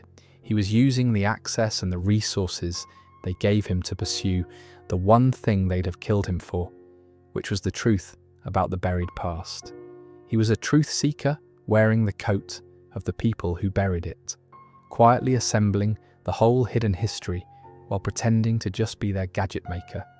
And eventually, he learned too much. He uncovered the real shape of the void century, the rising sea, The whole thing the government exists to hide. And the moment he knew it all, he became exactly what the scholars of that burned island had been, too dangerous to live. So they came for him, and Vegapunk, knowing they would, did the bravest thing a person in his position could do. He prepared a message, a recording, set to broadcast to the entire world, every island, every sea, every person, in the event of his death. A last transmission, carrying the truth he'd spent his life uncovering, so that killing him wouldn't kill what he'd learned. If they silenced him, the silence itself would trigger the message. He turned his own murder into the delivery system for the truth. And they did kill him. At the end, cornered, the great scientist died. But the message went out. Across the whole world, in every corner, people heard a dead man begin to tell them the things they were never supposed to know. That there was an advanced kingdom in the lost age. That the world's history had been deliberately erased, and, most alarmingly of all, that the sea is still rising, that the world is slowly drowning again, and that the islands people live on will one day go under the way the old continents did. Now I'll be honest and say the message was partial. It got interrupted, cut short, so the world didn't get the full truth. Only fragments, only the beginning of the revelation. But the fragments were enough. For the first time in the whole span of the buried history, the ordinary people of the world heard, in a dead man's voice, that everything they'd been told was incomplete, and that something was very wrong, and that the people in charge had been hiding it. You can't unring that bell. The truth is loose now, even in pieces. The government's oldest strategy, keep everyone ignorant, has a crack in it that they can't seal. The moving thing about Vegapunk is that he chose knowledge over safety, and he chose it for everyone, not just himself. He could have kept his head down. A mind like his could have lived comfortably as the government's pet genius forever, building their weapons, asking no dangerous questions. Instead, he spent his brilliance on the one pursuit guaranteed to get him killed, and when they finally killed him, his last act was to make sure the truth reached people who'd never even known there was a truth to reach for. He is facing the same fate the scholars of that burned island did, condemned for the crime of understanding, but unlike them, he got the message out first. He finished what O'Hara started. Somewhere in that, I think, is the whole argument of this world in one man, that a buried truth doesn't stay buried forever, that you can burn the library and still not kill the idea, that eventually someone clever enough and brave enough digs it back up and says it out loud where everyone can hear. It cost him everything. He seemed to think it was worth it. Watching what his message set loose in the world, it's hard to disagree. There's a country that shut its doors to the world and kept them shut for centuries, and it turns out to be one of the most important places in the whole story. Not despite being closed off, but because of what it was hiding behind those closed borders. It's a land of samurai, an isolated island nation with a culture all its own, walled off behind cliffs and whirlpools, its people forbidden to leave, and outsiders forbidden to enter.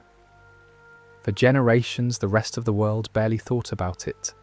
A strange, backward, sealed-up place, easy to ignore, which was, of course, exactly the idea. Because the ruling family of that country carries a secret that ties them to the very heart of everything we've talked about tonight. They're called the Kozuki, and they are the makers of the stones. Those unbreakable black cubes covered in the lost language, the poneglyphs that hold the buried history of the world, it was this clan, this one bloodline of craftsmen, who carved them in the age before the sinking. They created the indestructible record. They invented the method, they knew the ancient script, and they made the things precisely so the truth could survive the people trying to erase it. Which means this sleepy, sealed-off country of swordsmen is secretly the guardian of the world's memory. The reason the government could never fully bury the past is that this one family built a memory that couldn't be burned, and then hid themselves away behind closed borders to keep the knowledge of it alive down the centuries. The whole country is a vault disguised as a backwater, and there was a man of that family, a daimyo, wild and enormous-hearted, named Odin, who could not bear to stay behind the walls. Everyone else in his line accepted the isolation as the price of keeping the secret. Odin looked at the closed borders and ached to see the world beyond them. He was too big for a sealed country, and through a series of adventures that are really some of the most joyful in the whole story, he got out, and not just out, but onto the cruise of the two greatest pirates of the age. He sailed with the man who'd become the great Emperor Whitebeard, and then with Roger himself in the final voyage. Odin was aboard when Roger reached the last island. He was one of the handful of people ever to stand at the end of the world and learn the complete truth. And because he came from the family that made the stones, he could read them. He was one of the crew's keys to the whole thing. So Odin came home carrying the biggest secret in the world and a dream to open his country's borders at last, to end the centuries of isolation, because he'd learned that the closing had a purpose and a timer on it. The country was meant to stay shut only until the right moment, until the world was ready, until the day someone would come to help set everything right. He knew a promise was coming due, and he came back to prepare his homeland for that day.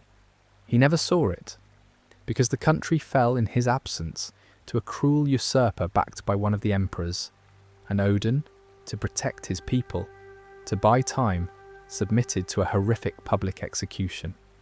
They set him to be boiled alive in a great pot of oil, and in one of the most famous scenes in the whole story, he stood in that boiling pot, holding his retainers up above the oil on his own shoulders, enduring the unendurable for as long as he possibly could, buying them every extra second of life he had in him, until Kaido finally executed him. He died to save the people who'd carry his dream forward, and they did carry it. His retainers survived, scattered, and swore to return decades later to finish what he started, to open the borders on the day he'd named, keeping faith with a dead man's plan across 20 years of waiting and grief. There's a poneglyph hidden in that country too, naturally, one of the crucial ones, one of the 4 that point the way to the last island. The keepers of the stones kept one of the most important stones at home, guarded behind their closed doors all that time. So the sealed country wasn't just hiding a family or a secret, it was hiding a piece of the map to the end of the world, held safe for centuries, waiting for the crew who'd finally come to claim it and carry the whole thing forward. The lovely thing about this closed country is how it reframes the idea of isolation. Because from the outside, a sealed-off nation looks like fear or backwardness, or a people who've turned away from the world. And this one was the opposite. It was a nation that had taken on the loneliest, most thankless job imaginable, which was to remember. To sit in the dark behind closed doors for generations, keeping alive a truth the whole world had been forced to forget, holding a stone and a script and a promise, waiting for an age that might not come in any of their lifetimes. That's not turning away from the world. That's holding the world's memory in trust when no one else could be allowed to. Every generation of that family lived and died as keepers of something they might never see used, guarding the answer to a question the world wasn't ready to ask. And when the day finally came, when the borders finally opened and the old dream came due, it was because centuries of people had quietly kept faith in the dark. There's something in that worth carrying into sleep. The idea that some of the most important work in the world is just remembering, faithfully, in the quiet, until the day someone finally needs what you kept. There's a war that everyone in this world remembers as the moment something turned. The day the long stable standoff we talked about cracked open in front of the whole world, live for everyone to see.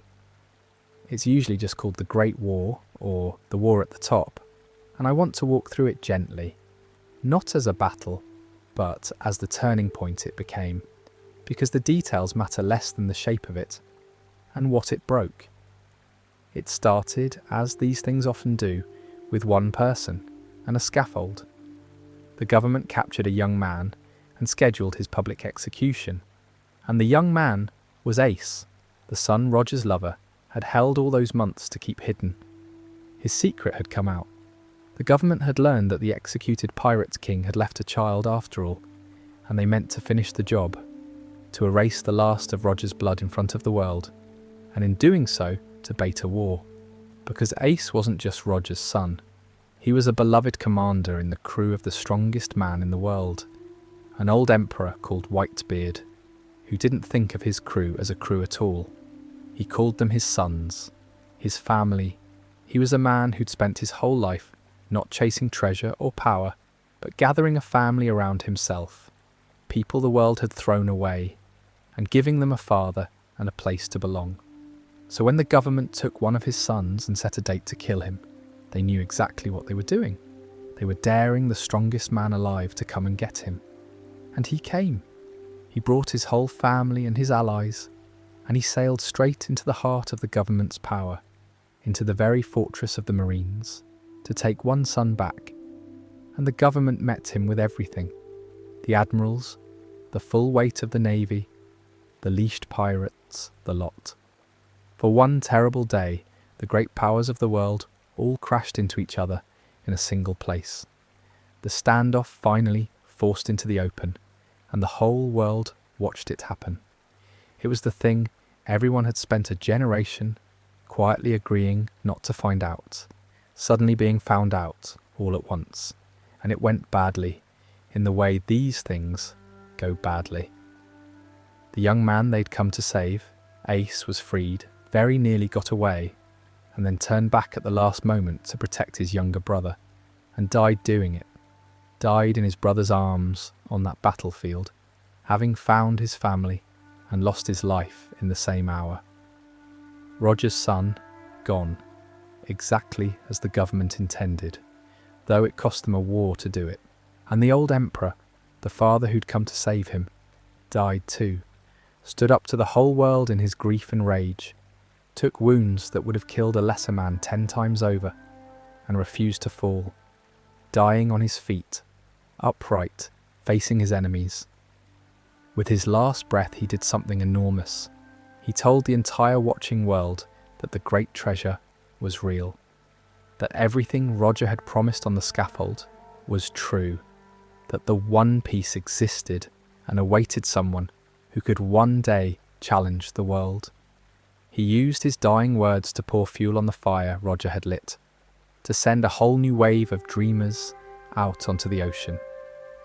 The government had tried to use this war to frighten the world back into obedience, to show everyone what happens when you defy them. And the strongest man in the world used his death to tell everyone to go chase the dream harder. He turned his own ending into a beginning, the same way Roger had. That seems to be a habit with the great ones. There was a betrayal folded into that day too, because this was the moment that patient, hungry pirate we talked about, Blackbeard, made his move, taking the dying emperor's tremor power for himself in the chaos, stepping out of the shadows he'd waited in for decades. The old age was dying, and the new predators were already feeding on it. That's how eras change, apparently. Not cleanly. The old giants fall and the new hungers rise up out of the confusion, and for a while nobody's quite sure who's in charge of anything. What the war really did, though, wasn't decided on the battlefield. It was decided in everyone watching, because for the first time the whole world saw the great powers in truth collide, saw that the standoff could break, saw an emperor die and a hero fall and the balance lurch. The illusion of a stable, permanent order, the sense that this was just how the world was and always would be, shattered that day, in front of everyone. And once people have seen that the unchangeable thing can change, they start quietly to imagine it changing further. The war didn't just end some lives and shuffle some powers.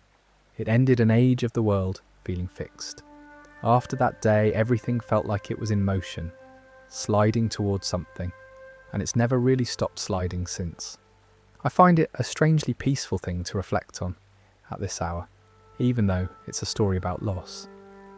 Because underneath all the grief of it, the war was really about a father who crossed the world for a son, and a young man who chose, at the very end, to save his brother rather than himself, and two dying men who spent their last words not on revenge, but on telling everyone to keep dreaming. Strip away the battle, and that's what's left. People loving each other enough to die for it, and using their deaths to hand the future something hopeful. Even the worst day in the world's recent memory has that running through the middle of it. The old age ended the way the whole story seems to think all things end, with the will handed forward, with a torch passed in the middle of the falling, with someone smiling and telling the ones left behind to go on. And go on they did. They always do. Let's step away from the grand tragedies for a bit and just potter about in the everyday details of this world, because the small stuff is, honestly, some of the loveliest, and it's exactly the sort of thing that's nice to drift along on when the big questions have worn you out. How do you even live in a world like this? How do you get from island to island, make a phone call, read the news, keep a fruit user in a cage? The answers are all a bit magical and a bit mundane at the same time, and I find the whole texture of it deeply cosy. Start with getting anywhere, because on that great ocean road, ordinary navigation simply doesn't work.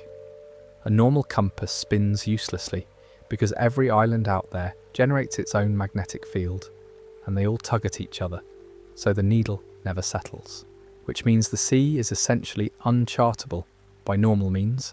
You can't just plot a course, because the magnetism scrambles everything. So instead, people use a special little instrument, a sort of compass in a bubble, that locks onto the magnetic field of one specific island at a time and points you toward it. You follow it to that island, and then it relocks onto the next one further along, and you hop your way across the sea island by island, led by the pull of the land itself. It means you can't really skip ahead or take shortcuts. You go where the sea and the stones let you go, one island at a time, in the order the magnetism decides. There's something quite peaceful in that, a world where you can't rush, where the journey has its own fixed rhythm and you simply have to trust it and go where you're pulled. The weather out there is completely unhinged, and that's part of the same magic, because each island has its own climate, its own private weather, and the sea between them is a chaos of every season crashing into each other. You can sail out of a snowstorm into blazing summer in the space of an afternoon. The sky can turn from clear to catastrophic in minutes, waterspouts and freak squalls and sudden fogs, and the only people who can read it are navigators with a real gift for feeling the sea's moods. A good navigator on that ocean is worth more than a good fighter, because all the strength in the world won't save you from a sea that decides without warning to swallow your ship. The weather isn't scenery there, it's a character, unpredictable and enormous, and learning to live with its tantrums is half of what it means to be a sailor. Then there's the one thing that can bring the mighty low, and it comes from the sea itself. Remember that devil fruit users lose their ability to swim, that the sea rejects them. Well, that rejection can be concentrated. There's a substance, a kind of stone, that's essentially the energy of the sea made solid, and to a fruit user, touching it feels exactly like being in the ocean. It drains their strength, cancels their power, it leaves them as weak as the water would. So the world uses it for cages and handcuffs and prison bars. The most powerful being alive, someone who can turn into smoke or shatter mountains, can be held helpless by a pair of cuffs made of solidified sea. I love that the great equalizer in this world isn't a weapon or a stronger power. It's just the sea in a form you can hold. The ocean, which gives the fruits their price, packaged up as the thing that keeps the powerful humble. Nature's veto in stone form, and the communication, which might be my favourite detail of all. In this world you make a phone call through a snail.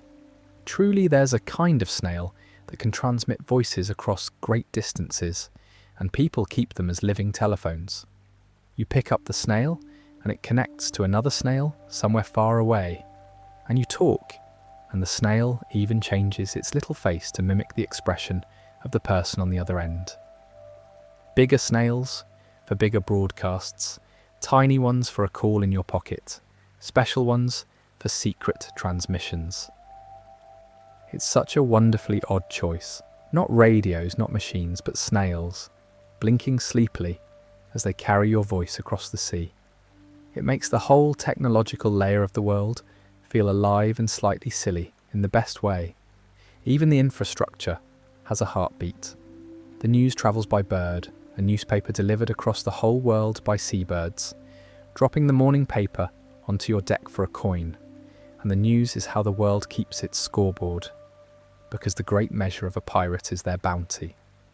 The government prints wanted posters with a price on each pirate's head, and that number is how the world reckons how dangerous you are. Your bounty is your reputation, your rank, your fame, all rolled into one figure printed under your face. Pirates are quite proud of a high bounty. It means the world has noticed them, taken them seriously, marked them as someone who matters. It's a strange economy of infamy, where the price on your head is the thing you most want to see go up. And ordinary people follow it all like a sport, reading the morning paper the birds drop off, tracking the rising stars and the fallen legends. The whole world connected by snail calls and bird post into one enormous ongoing story that everyone's half watching. None of this is essential to the grand plot. That's rather the point of dwelling on it. Underneath all the buried history and the ancient weapons and the immortal rulers, there's just a world where people live, where they call each other on snails and read the paper the gulls bring and squint at the weather and follow a bubble compass from one island to the next and keep the powerful in check with a lump of solidified sea. It's a world that works day to day, full of small clever magic that everyone's long since stopped finding strange. And there's a real comfort in that, at this hour especially. Under all the myth and the tragedy, it's just people getting on with the ordinary business of living on a beautiful, chaotic, snail-powered ocean, one pulled along island at a time. If you had to name the single thing that really powers this whole world, not the fruits, not the weapons, not the thrones, but the real engine underneath all of it, I think the honest answer is dreams. It sounds soft, and it is soft, and it's also, I've come to believe, completely true. This is a world that runs on what people are reaching for, and once you see that, a lot of the rest of it clicks into place. Start with the pirates, because the word pirate carries all the wrong baggage. When you and I hear pirate, we think of raiders, thieves, people who take, and there are plenty of those in this world. The cruel kind, the kind who plunder towns and enslave and destroy. But the pirates the story in fact loves, the ones it follows, are almost the opposite of that. For them, becoming a pirate isn't about taking anything. It's about freedom. It's the one way in a world locked down by a controlling government to simply go to sail wherever you like, to answer to no one, to chase whatever impossible thing your heart's fixed on, over the edge of the map and past everyone who told you it couldn't be done. A pirate, in the best sense this world offers, is just a person who refused to let anyone else decide the size of their life. The flag isn't a threat, it's a declaration that you belong to yourself. And here's the thing about the great crews, every single member is chasing a dream of their own, and they're usually small, personal, human dreams rather than grand ones. One might want to find a legendary sea that's said to hold every kind of fish in the world because they cook, and they want to make a dish from all of it. One might want to draw a complete map of the entire world, every island, because no one ever has. One might want to become the greatest swordsman alive, to keep a promise made to someone long gone. One might want to see a particular flower bloom, or to prove a myth is real, or simply to find their way back to a friend they were separated from. None of these are dreams of conquest. They're dreams of making, seeing, keeping faith, becoming. And a crew in this world is really just a handful of people who've agreed to help each other chase their separate dreams, all sailing the same ship toward the same horizon for completely different reasons and loving each other for it. That's the beating heart of the whole thing. Not treasure, a group of people who take each other's dreams as seriously as their own. The captain's dream, the biggest one, is usually the simplest, to be freest of all, to go furthest, to reach the end of the sea and become the king of the pirates, which really just means to be the person who is most completely, defiantly free. And I've come to think that title means something different than it sounds. Being the pirate king isn't about ruling anyone. Roger didn't rule anything. It's about being the one who was least imprisoned, who let nothing, not the government, not the sea, not fear, not death, put a ceiling on them. The freest person in the world. That's the crown. In a world built to cage people, the highest thing you can be is uncageable. And the pirates who chase that crown are chasing, at bottom, the right to want something enormous and go after it without asking permission. Now hold that up against the government, and the whole conflict of the world snaps into focus. Because everything the government does is about suppressing exactly this. The buried history is about killing a dangerous idea.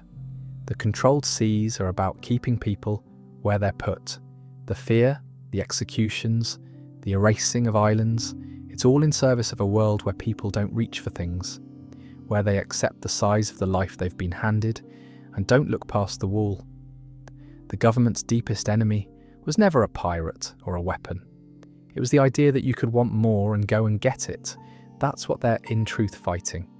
That's why they feared a liberator who freed people with laughter.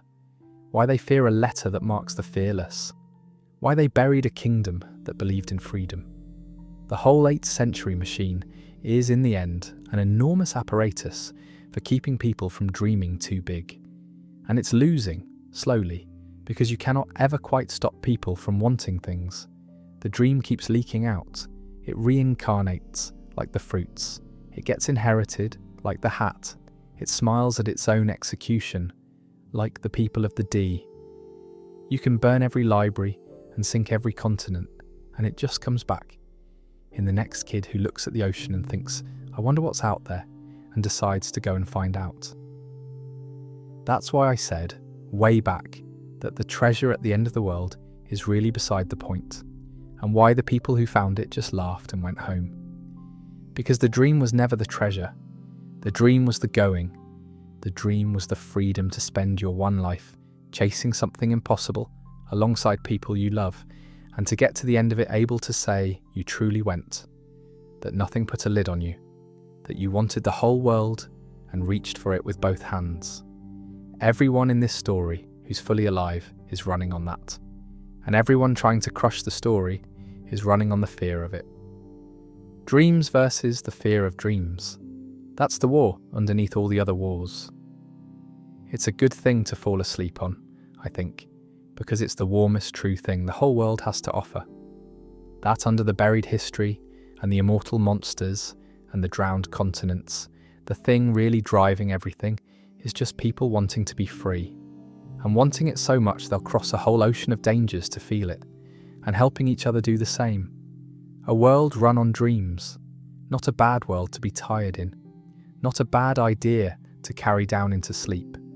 That wanting something, really wanting it, and going after it is the most powerful and least stoppable force there is, and that no empire, however old, has ever quite managed to put it out. So where does all of this stand right now at the front edge of the story? I want to walk through that gently, and I want to be honest that this is the part still being written. The ink is wet here, and a lot of it is unsettled. So I'll hold it loosely and tell you what it feels like, rather than pretending to know how it ends. Because the truth is, Nobody knows how it ends yet, and that's rather wonderful. The story has sailed out to one of the oldest and most legend-soaked places in the world. The land of the giants, that Viking-hearted country, thick with sun god worship, an ancient myth that we visited earlier. And it's the perfect place for the world to have arrived, because it's a country where the old legends and the buried history seem to sit closest to the surface. Things half remembered everywhere else are still half alive here, which means all the threads we've been following all night, the sun god, the buried century, the will that opposes the world's masters, the promise waiting to be kept, they're all resurfacing in this one place at once, tangling together, coming due. There are hints here of things I flagged as fresh and unsettled, suggestions of more to the sun god legend than we knew, whispers of powers beyond the systems we understood, pieces of the oldest story surfacing in a land old enough to still remember them.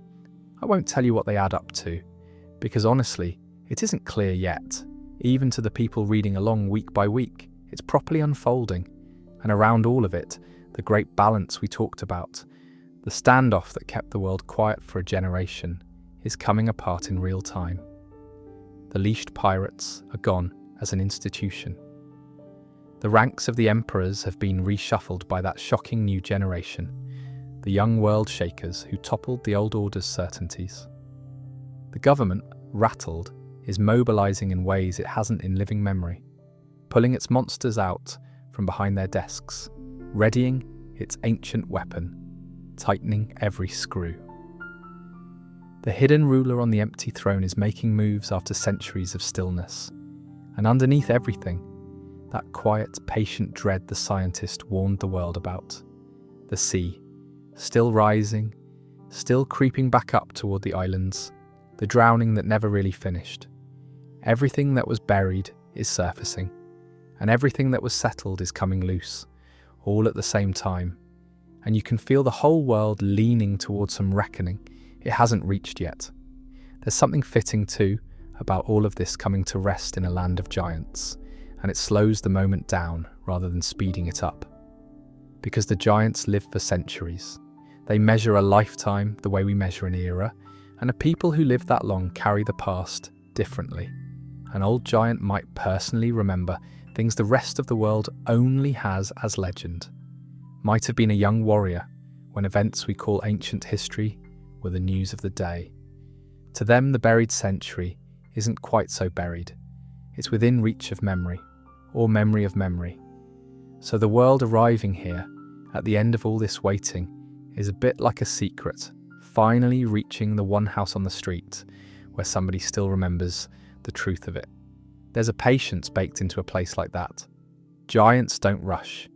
They've got the time not to, and a story that has spent centuries waiting to be told has, in a sense, come home to the one people old enough to hear it without flinching, to sit with it over a long fire and a longer night unhurried, the way the very oldest stories are meant to be passed along, slowly, warmly, by people who know that the important things keep, and that there's no shame in taking your time to arrive at them.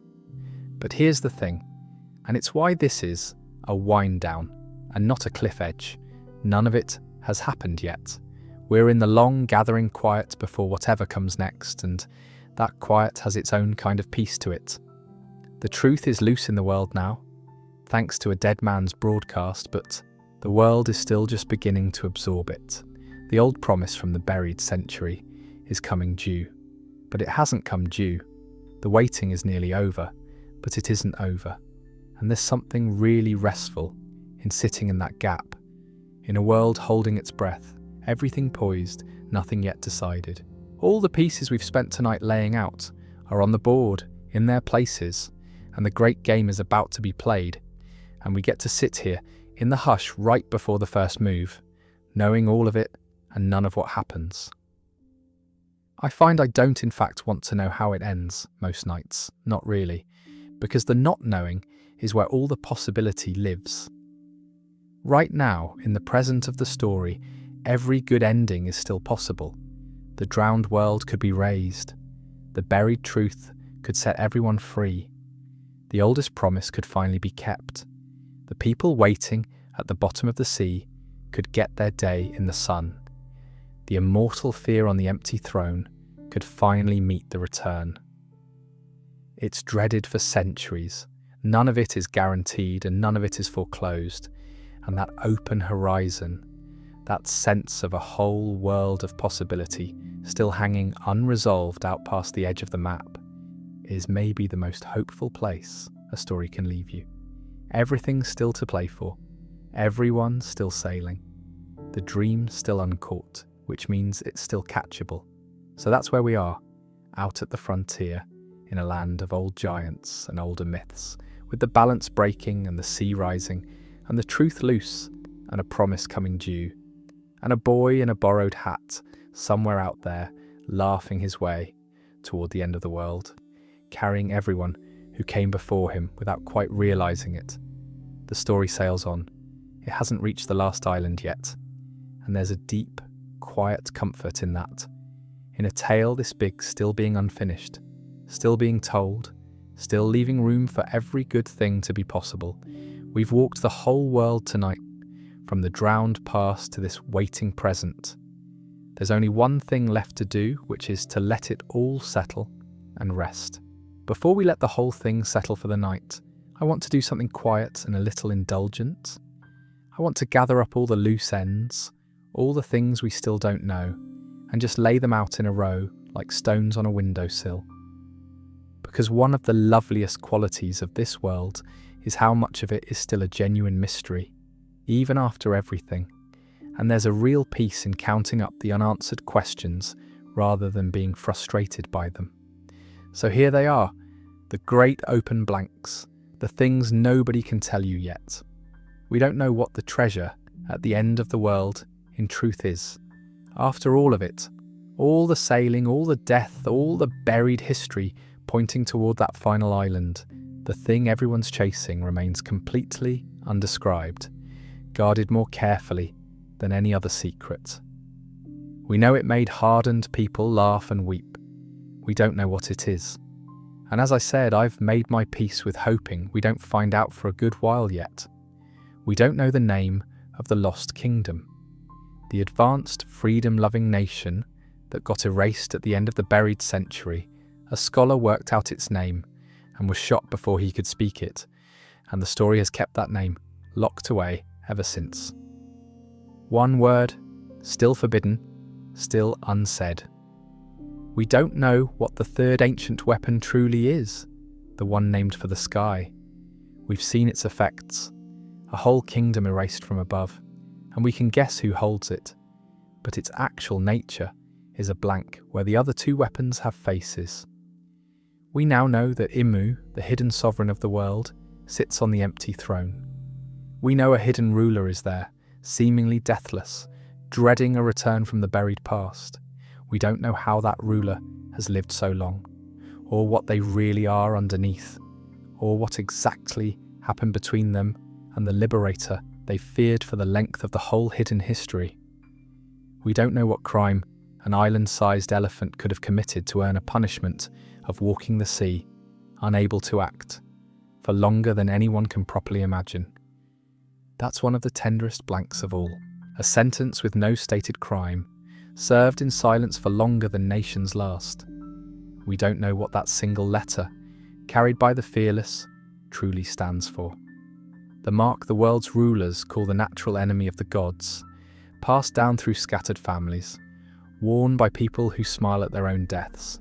Its origin reaches back into the buried century, and it's been kept as tightly as anything in the world. We don't know how one man carries two of the powers that should kill anyone who holds more than one. The great rule breaker, alive with two fruits, and no explanation given, only hints about a body built strangely enough to hold what shouldn't fit. We don't know the full truth written across those 9 historical stones, the complete history of the buried age which only the Roger pirates have assembled and read. We've caught fragments, glimpsed pieces, heard a dead scientist begin to tell the world before he was cut off. But the whole thing, the complete answer to what really happened when the world sank, is still scattered across the seas, in pieces, waiting for someone to gather them and finally read the world's true story aloud. And there are smaller ones threaded all through it. We know what really happened up on the moon, and that the people who came down from it are the ancestors of some of those walking around today. What the newest whispers at the frontier mean, the hints of more to the oldest myths than we knew, what the promise from the buried century in fact was in full, and what it will look like when it's finally kept. Who the mythic pirate is that even the deathless ruler dreads, older than almost any legend. The blanks go on and on. Now you might think a story with this many unanswered questions would feel unfinished, or frustrating, or like homework left undone. And I want to gently argue the opposite, because I think it's the whole secret to why this world is such a comfortable place to spend a sleepless night. A world with this many mysteries still intact is a world that's still alive. It hasn't been fully mapped, fully explained, fully closed off. There are still rooms in it nobody's opened, still stones nobody's read, still a treasure nobody's described, and a name nobody's spoken.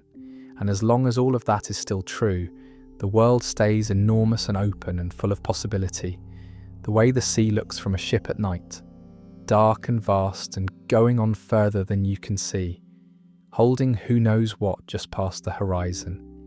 There's a kind of person who needs every question answered before they can rest, and I understand them, but I've come to think they're missing the better pleasure. The better pleasure is lying here in the dark with a whole world of unanswered questions laid out on the windowsill, none of them pressing, none of them urgent, all of them just quietly waiting, patient as the stones for a day that's still coming. You don't have to solve any of it tonight. Nobody does. The questions have waited centuries. They'll keep till morning. And there's something deeply restful in that. A world full of mysteries that are in no hurry at all, content to sit unsolved in the dark, keeping you company while you drift off. So there's no need to chase any of it tonight. The answers, whatever they turn out to be, will still be out there past the horizon when you wake, exactly as unsolved and exactly as beautiful.